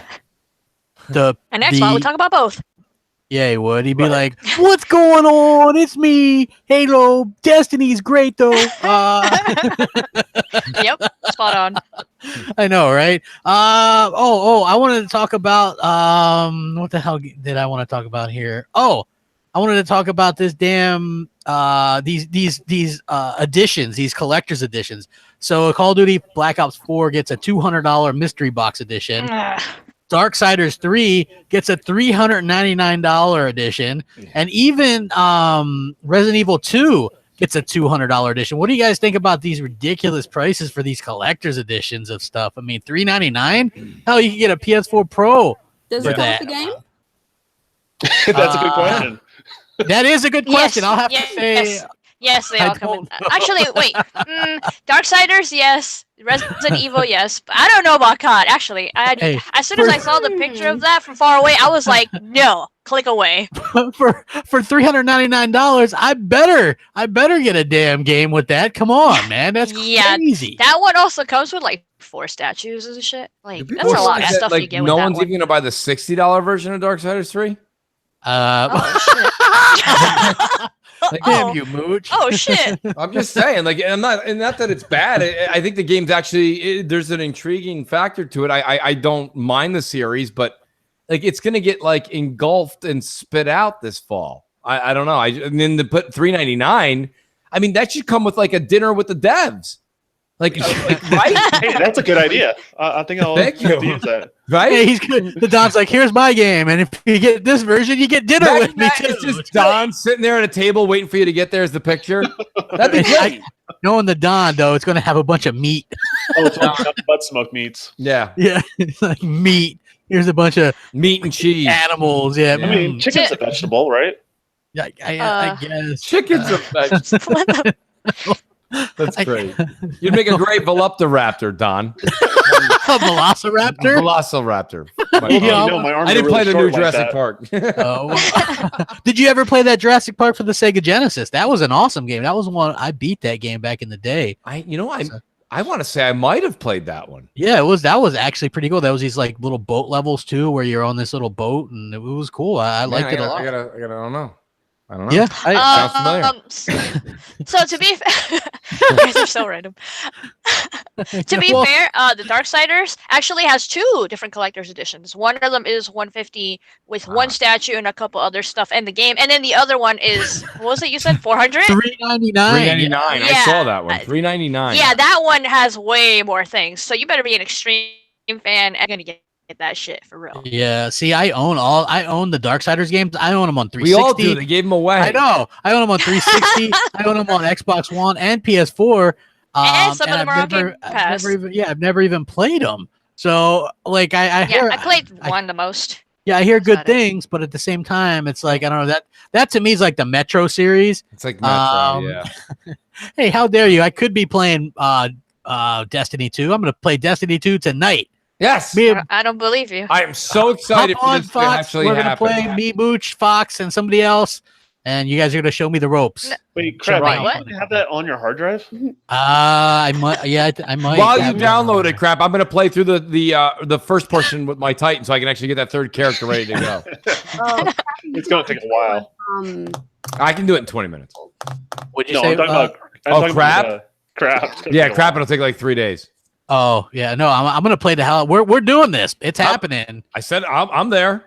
Yeah, I'm actually getting back into Destiny because Fonz was like, Luca, let's play. And I was like, okay. So yeah, he hit me up last week. Actually, it was Tuesday. It was, I don't know. He hit me up this week or late last week. And he's like, dude, Mooch, did you do this mission? I'm like, no, let's go do it. I think we did Nightfall. Yeah, I need to get my, like all of my characters up. My highest is only 338. The last time I played was with you, Mooch. That one night when I was killing that one guy, whatever his name is. Oh shit, I don't even remember now. Look, but that was a long time ago. That was a long time ago. We got to get you going. Like literally, first of all, like I think I'm up to like 375 or something like that. But like, it's a grind, no joke. I'm a level 2, so nice work, Crap. That's great. Listen, small steps, Crap. I'm not going to discourage you. I'm going to applaud every single level. You know what it's going to be like? It's literally going to be like Billy Madison for you. Every time you graduate a grade, we're going to throw a party. It's my destiny to play Destiny. Oh, God. Freaking thing. Where's Hellhammer with the scissors? Come on, man. I had to do the Destiny thing. That's funny. Come on, It is kind of funny. It wasn't bad. Come on. Like, give me a crowd. Man, it I'm is. just saying, don't. I'm over here. I'm pulling on my collar a little bit, Mooch. I swear to God. I see Crap's right now. He's got a red tie on doing a Dangerfield. I'm like, oh. No respect. No respect. I'm like, sorry, Crap. Well, we were telling jokes before we went live, and there was nobody laughing. No, I know. I was waiting for the old. I missed the old Google Cricket noise. Yeah, my ears were like getting red. You know that feeling when your ears get red? Yeah, that was basically what was happening to me. So, I was like, oh, very specific. It is. I know. Okay, Fallout 76. That game's coming out in November. Bye. I know the beta doesn't come out till October though, so only a month before. So that's not really a long enough time to really change much. It's fine. I know, but Fallout is notorious for having bugs and glitches and stuff. Mooch, how do you feel about this? Is that only coming out a month beforehand? Is that too little, too late to actually change anything in the game? It might be too little, too late, but we're still all going to dive in and have a good time with it. Listen, the idea of it, I like. I like that there's only going to be 12 actually humans because it's going to be like what you said that you liked a week ago in Sea of Thieves, where you go out in a boat and you get 65 chests, then all of a sudden you come back and someone sinks your ship. Sorry, I don't like that. So, like, what I got to say is, like, if there's 12 people in this huge world, it's supposed to be 4 times the map of Fallout 4. I'm playing Fallout 4, and that thing's huge. So, like, to be honest with you, like, this is intriguing. And to be able to go out there and do this with a crew, and I don't know what it's going to be really yet, but like, I love, listen, okay, you guys know I'm a huge fan of the zombie thing. But the reason I like Walking Dead, and even though everyone's like, Andrew Lincoln's out, I'm out of here, I still like the idea of the post-apocalyptic I might actually watch it. Well, Andrew Lincoln's gone. I'm going to watch it. No more Coral either. I like Rick. But listen, here's my point. My point isn't that, okay? My whole thing is this. Coral! I'm Coral! British, but I'm playing an American. I love it. You know what's funny? I love when they introduce a new character on Walking Dead, and then you watch Talking Dead, and then they were like, the minute they open their mouth, they're like, hello, cheerio. And you're like, holy shit. That was like that show House. Remember that show where he's a doctor? Yes, and that guy's British as shit. I know. And the whole time he's like, fuck it. You're like, what? You bloody hell, mate. Sounds like he's from one of the 5 boroughs. So take 2 sugars in my tea. Two like, sugars. What in the hell? Oh my god, you guys are fucking tripping. Everybody's British now. We all know this. Even Superman is British. Listen, there's a couple people British. Crap, I know, that's what I'm saying. There's a couple people in the chat that are like, please stream Destiny tonight with Crap. That's gonna be pretty funny. Stream it, yeah. Go ahead. We'll stream Krabby, it. don't break his heart. Don't make promises you can't keep. No, Krabby. I'll hop on and do it. Break his heart. That's great. I'm hopping on, man. I'm Morty. But no, listen, before we get into our English accents, right? I think that it's important. Fallout 4 has tremendous potential, and listen. You know what? I totally buy into Todd Howard and his group. I think that is one of the most dependable people. Even if they come out and they're a little buggy, I'm playing Fallout 4 now. Crap. Dependable? What's that? Dependable? I do. I think they're dependable. I think when you buy Bethesda, you get a good game. Yeah. Interesting. Interesting. Listen, Mooch, I'm a huge Bethesda fan. Yes. But I've never heard anyone apply the word dependable to them, considering how Wolfenstein. Wolfenstein. They are the publishers of Wolfenstein and Doom. And there's id and there's all those. Yeah, that's a different. I understand. The people who do Skyrim and not Skyrim, the Elder Scrolls series and the Fallout series. That's the actual Bethesda game Softworks, and those are the games that they do. Those are the two games that they do. Well, Bethesda's Studios just publishes the rest of those. Right. I understand. So take Skyrim for instance. Did not work on the PlayStation 3. Took forever for it to work. People got game-breaking glitches with that. Same thing happened with Fallout 4.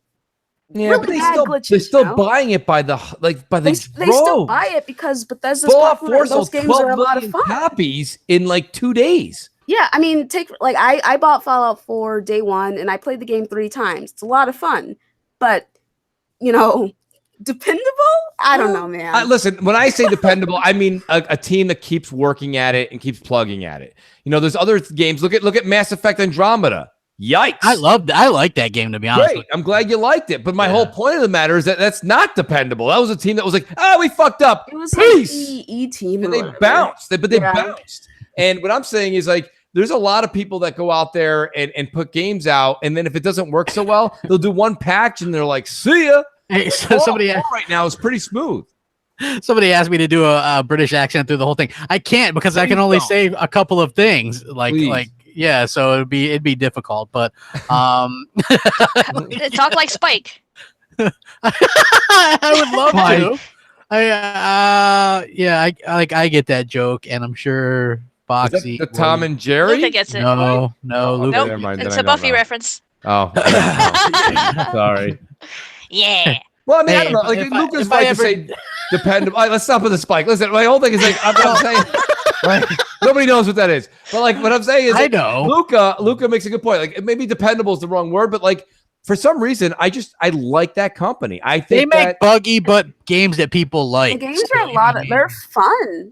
They're a lot of fun, I mean, there's something to it. Listen, the Scrambler at the local carnival you guys all go to every year, look at the rust on that shit. Right. But at the same time, it's still a lot of fun to get on because it's just a good ride. And that's the thing, to be honest with you, that's the thing with Fallout. That's the thing with Skyrim. They're buggy. They got problems, but damn, I think the company gives a shit because here's the deal, Luca. Yeah, it's buggy. It had its issues, but at the same time, they also made worlds that people will still say are the largest in gaming. He says, look, people get the Buffy thing though. And somebody goes, what was Spike's real name? His name was William the Bloody. By the way. You mean the 3 people out of the 4? Oh, come on. A lot of people know. Come on. And that was the name he gave himself because he had bloody bad. Because his poetry was so bloody awful. That's why. So yeah. Hey, look, I could podcast about that shit all day too. I'm just saying. You podcast, Krabby. Oh, we totally should, but I don't think we should do it on my channel. Hey, I'm down. If you ladies want to hop in, man, I'll do it all day. But I'm not going to do it on my channel. We could. I could totally. I have a lot to say about it. So I have a lot to say about it as well. We'll talk about it later. I don't want Mooch to fall asleep. I know Mooch is like, my god. It's like when we talk about sports. So sports. Exactly. Oh, let's see. Developer was saying that if they made Xbox One X exclusives, it'd be much better than what we see today because it's held back by the other weaker hardware. Now, I know Don disagrees with that. Yep. Don, what do you think about that? The two help one another and never really hinder one another. Like, here's the thing: is all our current games right now are being built on hardware that's more powerful than your X, right? So, if that's being scaled down, then scaling it down to an S it's still being built on a more powerful piece of hardware. So, it's just scaling, and it's just basically this guy's not willing, or I don't know if it's a he or she, but this person is claiming, hey, that would hold us back. All they're saying is, I'm not willing to optimize my assets for my game, and so therefore I want more powerful hardware. Well, maybe he's saying it's the weaker systems are holding back the X because, like, games could run at 60, but, a couple people will have a little riot if it's a 60 on the X and 30 on the base consoles. Remember that? I mean, that's the developer's choice. There's no restriction there. I'm just saying, like, a lot of people had a lot of things to say about it when that rumor, PUBG is going to be 60. It can't be 60, guys. We're going to split the community in half and all that BS. Yeah, so I understand where they're coming from on that. I don't think that's what they're talking about. I think they just don't want to do the work to make it so it works on the lesser powerful hardware. Well, yeah, I think it can just be interpreted in different ways. So that's how I'm taking it. Wait for it. Wait for it. No, I mean, and in your title, that Luca, I just don't see. There's nothing on an S that's holding back an X. There's nothing about it because when you optimize, say, an asset, right? So you make it a lower polygon count.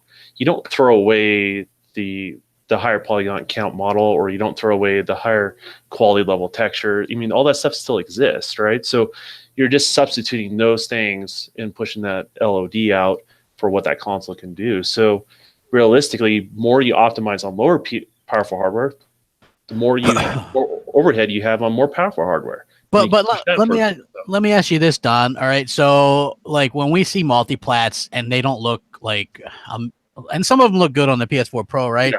But they don't look as good as, say, the exclusives that they build specifically for that, right? So you don't think that if they were just building it for the Xbox One X, that they couldn't do things differently, like make it much, much better that if they just did it for that console? No, I don't see anything that would. I don't see anything on the base model consoles that holds back this console. And I'll also go as far.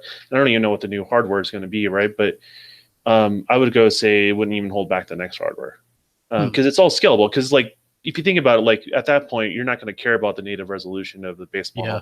It comes back down in layman's terms. It's PC, guys, right? Like everyone is. I bought my PC. I bought the PC version. I bought the PC version. You think everybody's got the same PC in their house that says that or tweets that? No. That's why when people go PC's better, I'm always like, my first response is who's PC? Because it's not mine. Yeah. I mean, right. So it depends. Like that's what Don's saying. Right now we're in an era. We're turning a corner here, folks. Whether you're gonna have the Scarlet, the X, or the S. The way the game looks is going to just depend on the console you have, the hardware. But other than that, it really can scale. And they said this 2 E3s ago. It's basically the whole thing behind the Universal Windows platform. I mean, that's what it's supposed to do. It's what it does. The software, the minute you put the disc in or you download it, it knows what system it's playing on. It doesn't like all these games that are X enhanced. It's not like, are you playing on the X? It's not like Movie Phone. Would you like to play on the press 1 if you're playing on the X? If you're playing on the X, press 1. Press 3 if you still haven't gotten an S. Press 3 if you're sad and pathetic and still using your day one. They're not saying that. The software knows the hardware. So it is what it is. And I mean, that's the beauty of it, folks. My day one Xbox broke. My day one got traded in the minute it went for highest retail value. Well, no, like here's the thing. I bought an S, right? Yeah. And then so Hellhammer had his day one still, and his day one broke. And I was like, here, just use mine. I'm such a good brother. And then he broke that one too, and then he got an S after that. Yeah, I know. Where's Hellhammer? So, Hellhammer is taking care of some things. Godspeed, my friend. Godspeed. Yeah, can't even say that without thinking. I can't even say Godspeed without thinking of The Rock. But go ahead. I'm sorry. Great movie. We may never see him in this podcast again. But yeah, he's busy. He's taking care of some things and taking care of business. Yeah, he's TCB. That's right. What he does. That's exactly what he does. TCB. So hey, we're getting Realm Royale coming to Xbox. Yes, actually, thanks to the great Jamie Moran, he sent out the link to. I set him for the beta. Yeah, I sent him for the beta. Too. If you guys don't know what this is the Paladins.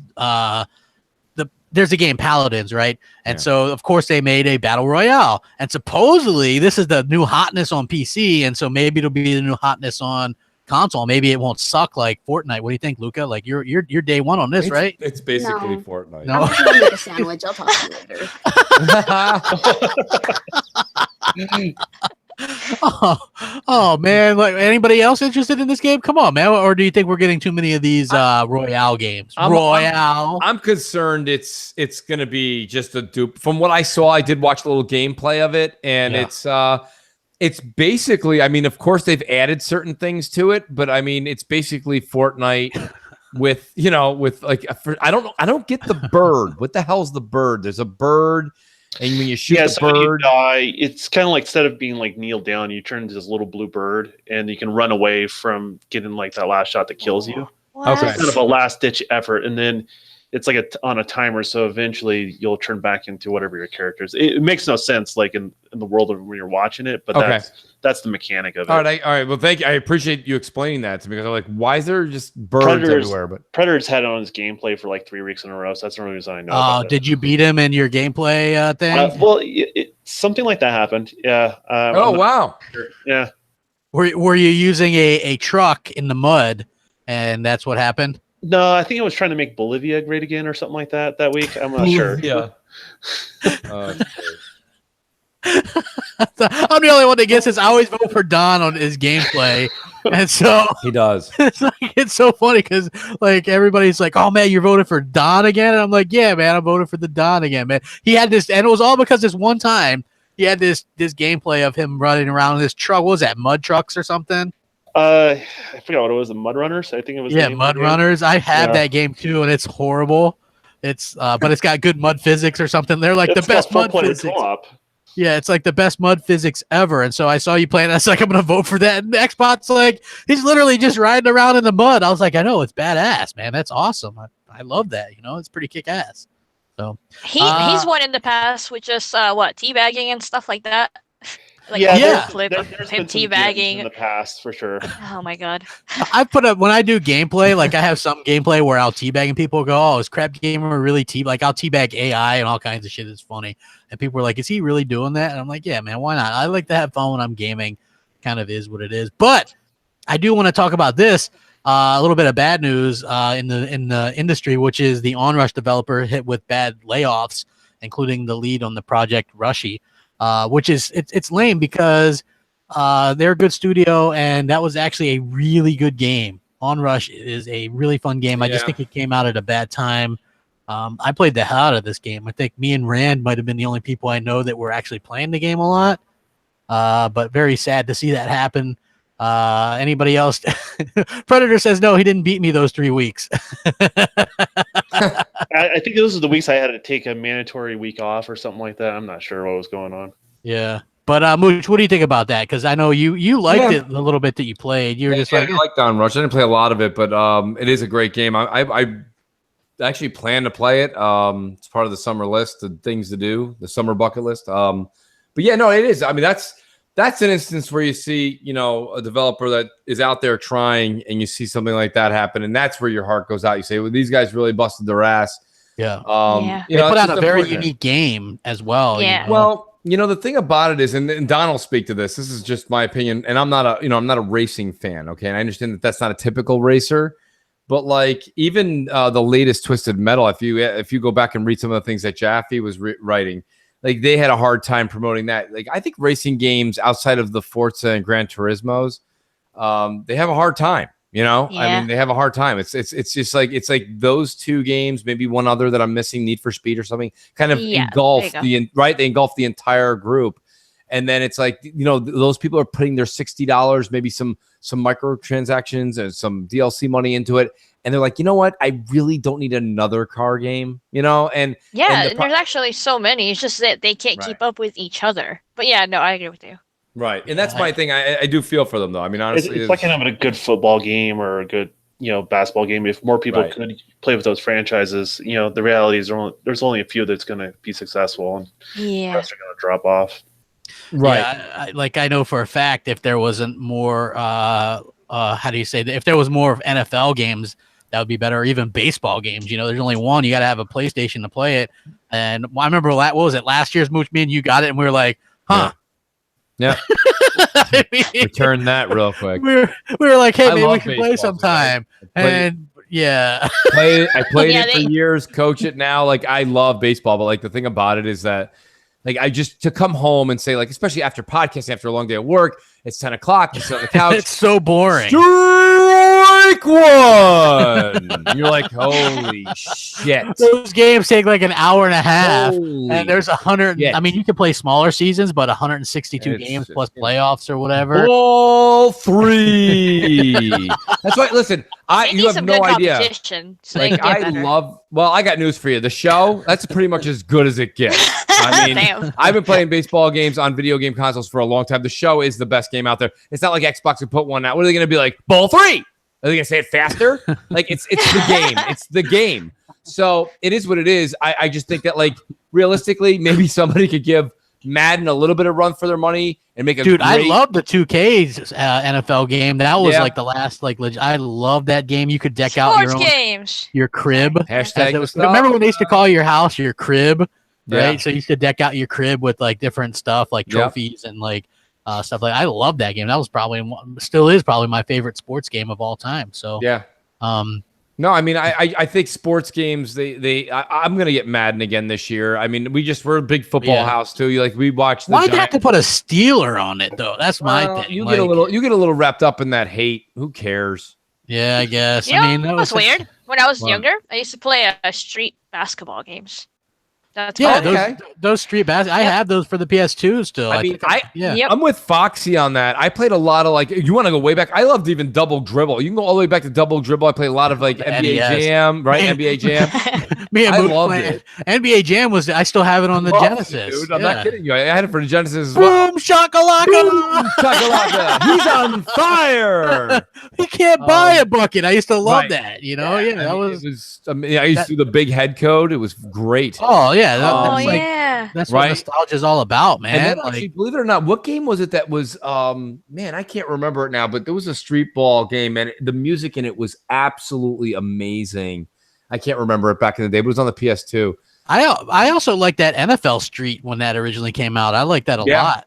I don't know, for some reason, the thing with Madden is, and don't get me wrong, I'm not going to talk anybody into it, but Madden is a lot of fun to, we do a big thing, so the day, if you're not, I'm bored of watching ESPN for 3 hours before the first game on Sunday.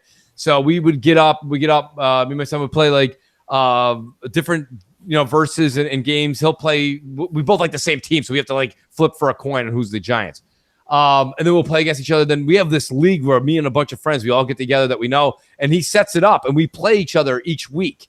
And in Madden, it's fun as hell, dude. That's a big I used to do that in 2K and stuff. Yeah, we used to do the tournaments and stuff. Yeah, it was the seasons. It was pretty bad. Football season's not that far, crap. I know, man. My team kicks it off. Sports. My team kicks it off. So how did we end up here? I don't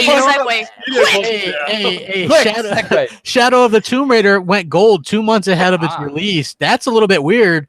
Maybe they should have released this game sooner. What do you guys think? It bothers me because it reminds you of the kid in class that got done with the test an hour before you had to hand it in college. Remember that? And you're that kid failed. Right? That guy just gave up. No, I don't think that's the case. I think I think 2 months before. Well, it wasn't 2 months. Well, it is kind of a month and a half or so. 2 months before is kind of Like, you guys could have like polished it. You know what I mean? Well, I think they're still doing that. I think they're done with the base game and everything. Gold but now they're gold. just I think. Well, from my understanding, gold is you're done with the main story, you're done with the game and the mechanics. The gold means you turn in their printing disc, basically. If they're printing disc, the game's over.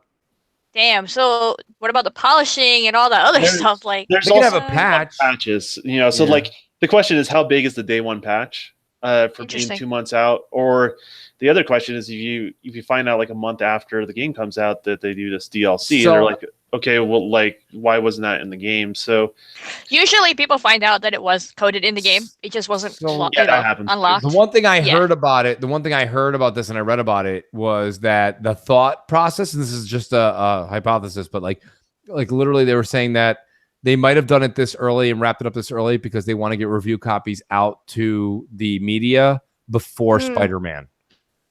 Interesting. Yeah, so that way they're playing this game. They can enjoy the game. Because, once Spider-Man comes out, it's great. Yeah. Right? Once they start swinging, they're not going to go back. Swinging, it's going to take a full 10 days till they stop. They're going to swing to the left and then swing to the right. Don't forget the uppercut and punch, kick, punch, slide. It's great. If it's true, if true, I hope that makes sense. If so you want to be smart enough to get it out ahead of time. Yeah, think about it, Foxy. It makes sense because if you get it out before, and the media has like 2 weeks before Spider-Man's review copies go out, like that lets them play it. It lets them talk about it. It lets them say, "Wow, this is great." Because once Spider-Man comes out, they can't even use the word "great." It's in Sony's contract. Like Sony bought "great" 3 months ago. So, yeah. Actually, me and MOH Crap have to pay royalties every time we say it. So I've been toning it down recently. But like, I got to be honest with you, like once it's like that's out, because once Spider-Man comes out there, like you got to realize that if Spider-Man's reviews come out and then those were to come out a week later, like it would be fucked.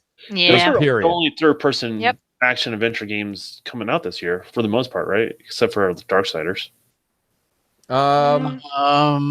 Yes, I believe you're right. Red Dead's third person. Yeah. Oh yeah, it's only the largest game of the year, Don. But other than that, right? That's actually a bigger threat than Spider-Man in a lot of ways, right? Like, take it easy, Don. Take it easy. Well, you can't be talking like that, Don. Did you not get the great memo we sent out before the show? It's great. I'm not even a rock fan, but I know that game's going to sell for the next 4 years, right? Like that's what that game's going to do. But there's no comparison though. No. Spider-Man, the only 2 games up for Game of the Year this year are going to be. The judges actually just said they won't accept that answer, Don. No, Spider-Man's great. It's Spider-Man or God of War. It's one of the two have to win Game of the Year in every publication, or it's going to be clearly media bias, and Microsoft caused that. Correct. But if you look at Tomb Raider, like, okay, yeah, it can get overshadowed by Spider-Man, but it can also get overshadowed by Red Dead. And Red Dead's not going to take a little bit of time to go through for those reviewers. That's a game that's going to take a long time for them to get a good grasp of what it is and do that review. So kind of want to get ahead of before they even have to add Red Dead to the equation. Yeah, it makes sense. And the only thing I'm concerned about is like, and I use that joke or that reference as far as the kid who handed his test in an hour early. Like the problem I got with that is it leads me to believe that they knew this was planned, but it was a planned rush because they have the release date September 14th. They could have made the release date September 1st. I mean, if you're done now, like make it September 1st, like beat Spider-Man, like go out there and put it out there. Why are you waiting till the 14th? Yeah. So yes, they're probably going to get the review copies out ahead of Spider-Man. I think that's true. Because they're printing them, so they're going to dish them out. They're not going to print them and sit on them. So they're going to get those out there. They're going to get them out there. But realistically, why wouldn't you make it September 1st and beat Spider-Man by 7 days? I don't get it. I don't understand. I don't get it either. I'm looking forward. I know I probably shouldn't even say this. Be careful. I'm looking more forward to Tomb Raider than I am Spider-Man. There, I said it. I know. See, I didn't even take it that far. That's it. I know. I'm sorry, but if you just look at my, and it's not bullshit. It's not fanboyism. If you look at the last two Tomb Raider games, both were my game of the year for those particular years. So you can't go, oh, well, he's just a fanboy and hates Sony. I'm sure Spider-Man's going to be great. Great. It's going to be so great that I'm going to just rub it on myself. You know what I mean? I don't know. It's going to be great. No crap. If you don't mind, I wouldn't mind a hand modeling of the unboxing of the PS4 Pro. You know what? I should unbox that. I think so. Yeah, if I do go through and get it out, you'll see some hand model. I'll be like, and people will be like, that's not even your hand, because they expect my hands to be. I would actually prefer to see. I think you have the Costanza hands, but listen, here's the thing. They're realistically, what you should do is wear white gloves that say great on them in red. Oh, you know what? Hold on, across the knuckles. If you could please, I would appreciate it. Oh no! So with your audience, put out our sandwich. I'm looking up white gloves that say great.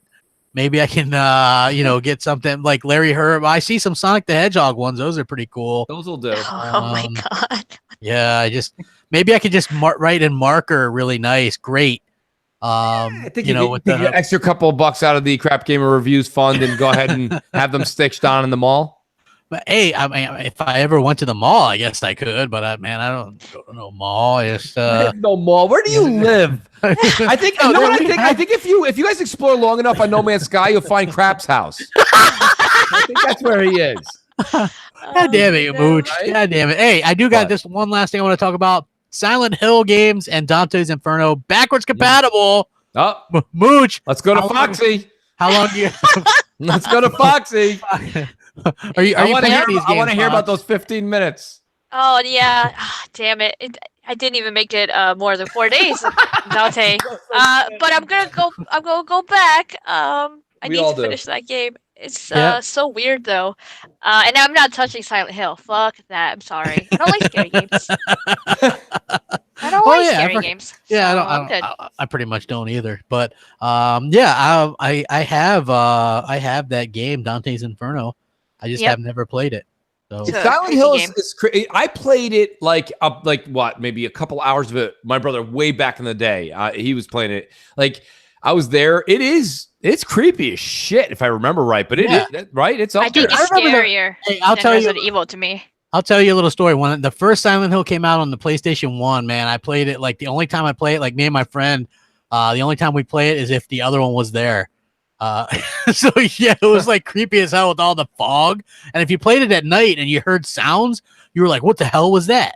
You know what I mean? It was basically, it was like that. I'm thinking that's listen, we always talk, but I'm guilty, and I'm going to try to live up to it this year. When October comes around, I want to do we got to do a mooch like fright month. You know what I mean? We got to start with like Silent Hill, go right into these creepy games. That's the era. That's the time you want to, like right now I'm tempted to try like Silent Hill. And then I'm like, you know what? It's July. Like, it's like the sun's out till 9 o'clock at night. How creepy is that? Yeah. You know what I mean? Good luck with those controls. Oh, is it that bad, Luca? Probably. Yeah. Yeah. That's why back compat doesn't really hold that warm feeling like it does for Foxy for me. I can't, I just the minute certain games. You start playing and you're like, holy shit, now I remember why we're here. Well, I play back compat games still. I play sometimes. back compat as well. Yeah, certain games are better than others, obviously. I wish I did. I don't know. For some reason, I think I can't speak for you guys. We played so much of the 360 era and all that. I was like, I just kind of got so excited. Like here we are. We're so excited for PS5 and Scarlet. And I'm not even talking about us and the YouTube. I'm talking about like even the gaming media. Like everyone's like, that's the buzz, right? Even the tech companies like, what kind of chip they're gonna put in there? And it's like it's gonna be this kind of chip. I know Luca, she insisted we talk about Scarlet and crossplay and why the PS4 can't crossplay. We didn't really get to those topics, Luca, so I apologize. Because wow, I'm so devastated, Crappy. I was like, I gotta make sure to get crossplay and Scarlet in there somewhere, but we didn't. Apologies, Luca, because I know you love those topics. But you get me back for calling into MNC last week, huh? But hey, believe it or not, 2 hours done like that. Pretty good show, I think. Pretty funny. Hit that like button. Mooch, what do you got going on? Because I know we got something going on tomorrow. Yes, we do. MNC evenings on my channel, 7 p.m. Eastern time. And then we've got Crossfire 7 p.m. on Friday on my channel too. So it's Nice. Right. So like it'll be a good weekend, and hopefully, I don't know. Listen, Crap, I got a lot more time this weekend. Wouldn't mind doing. We might do it tonight. It's up to Crap, but we might be doing some Moochy Crap streams all weekend too. Get a couple games going. Crap streams. Moochy Crap. Some Destiny 2. Right. D-Bizzle. Oh no.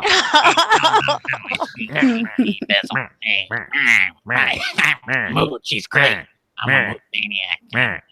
So there you go, folks. Before Crap goes into a complete and utter rant, check it out and do subscribe to the Mooch 78. It's a good time. What can I say? I appreciate it. Foxy, what do you got going on? Working on videos. Check out my channel if you haven't seen all the stuff that I've been doing lately, and I will be putting up more either tonight or tomorrow, as long as the video renders properly. I've been doing that. Foxy Deals. I mean, I wouldn't be who I am if I didn't say check out the Ultimate Game Sale. The games are still there all the way until the 30th. So if you want to check out and see what games they got discounted, whatever, then check out Xbox Store. Awesome. I own most of them, believe it or not. I do believe you, actually. I'm looking. I'm like, own it, don't want it. There's a lot of good ones on there. I'm surprised The Way Out wasn't in there. So that's I own that too. And I've never even played it yet. So yeah, interesting stuff. Luca, what do you got going on?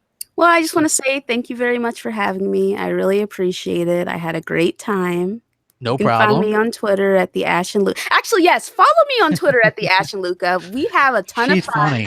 Funny. Just don't piss her off. Just don't piss me off. Don't come at me sideways, because I will respond in kind. If you're passive aggressive towards me, I always respond with aggression. So beware and just know what you're getting into if you think of saying something slick to me. Okay? Yeah, and you can hate on DC movies though, but not the two newer ones. What the hell were they? Aquaman and Shazam. So. I mean, I'm shocked that you were able to remember. But anyway, follow me on Twitter at the Ash and Luca. Batman, by the way. Fuck Batman. And I have a YouTube channel, and I have my own podcast called The Scumcast. We have a lot of fun there. Lots of arguments, lots of going back and forth, and we cover more than just gaming, so it's a good time. Nice. And we got the Don. Thank you for joining us tonight. What do you got going on, man? Not much. Apparently, we're doing something on next podcast this weekend. I think Xbox made him sick this last week, and whatever he's working on, I have no idea what he's doing. He's plugging PC parts in and trying not to burn down his house. But that being said, we're gonna do something big this weekend. It's our 100th episode. Oh, nice. And the best thing to do to follow what I'm doing is follow me on Twitter, which is the Don_KTR. Nice. I appreciate you coming out. I did get the gift from Mooch that's like, time's up. And Great. It's Jeff Goldblum. Jeff Goldblum. Exactly. So thank you guys. Hit that like button. We appreciate it. Check out all these people's stuff and keep on the lookout for some Destiny 2. It's happening. It's happening. I promise. Finally. Be good to each other.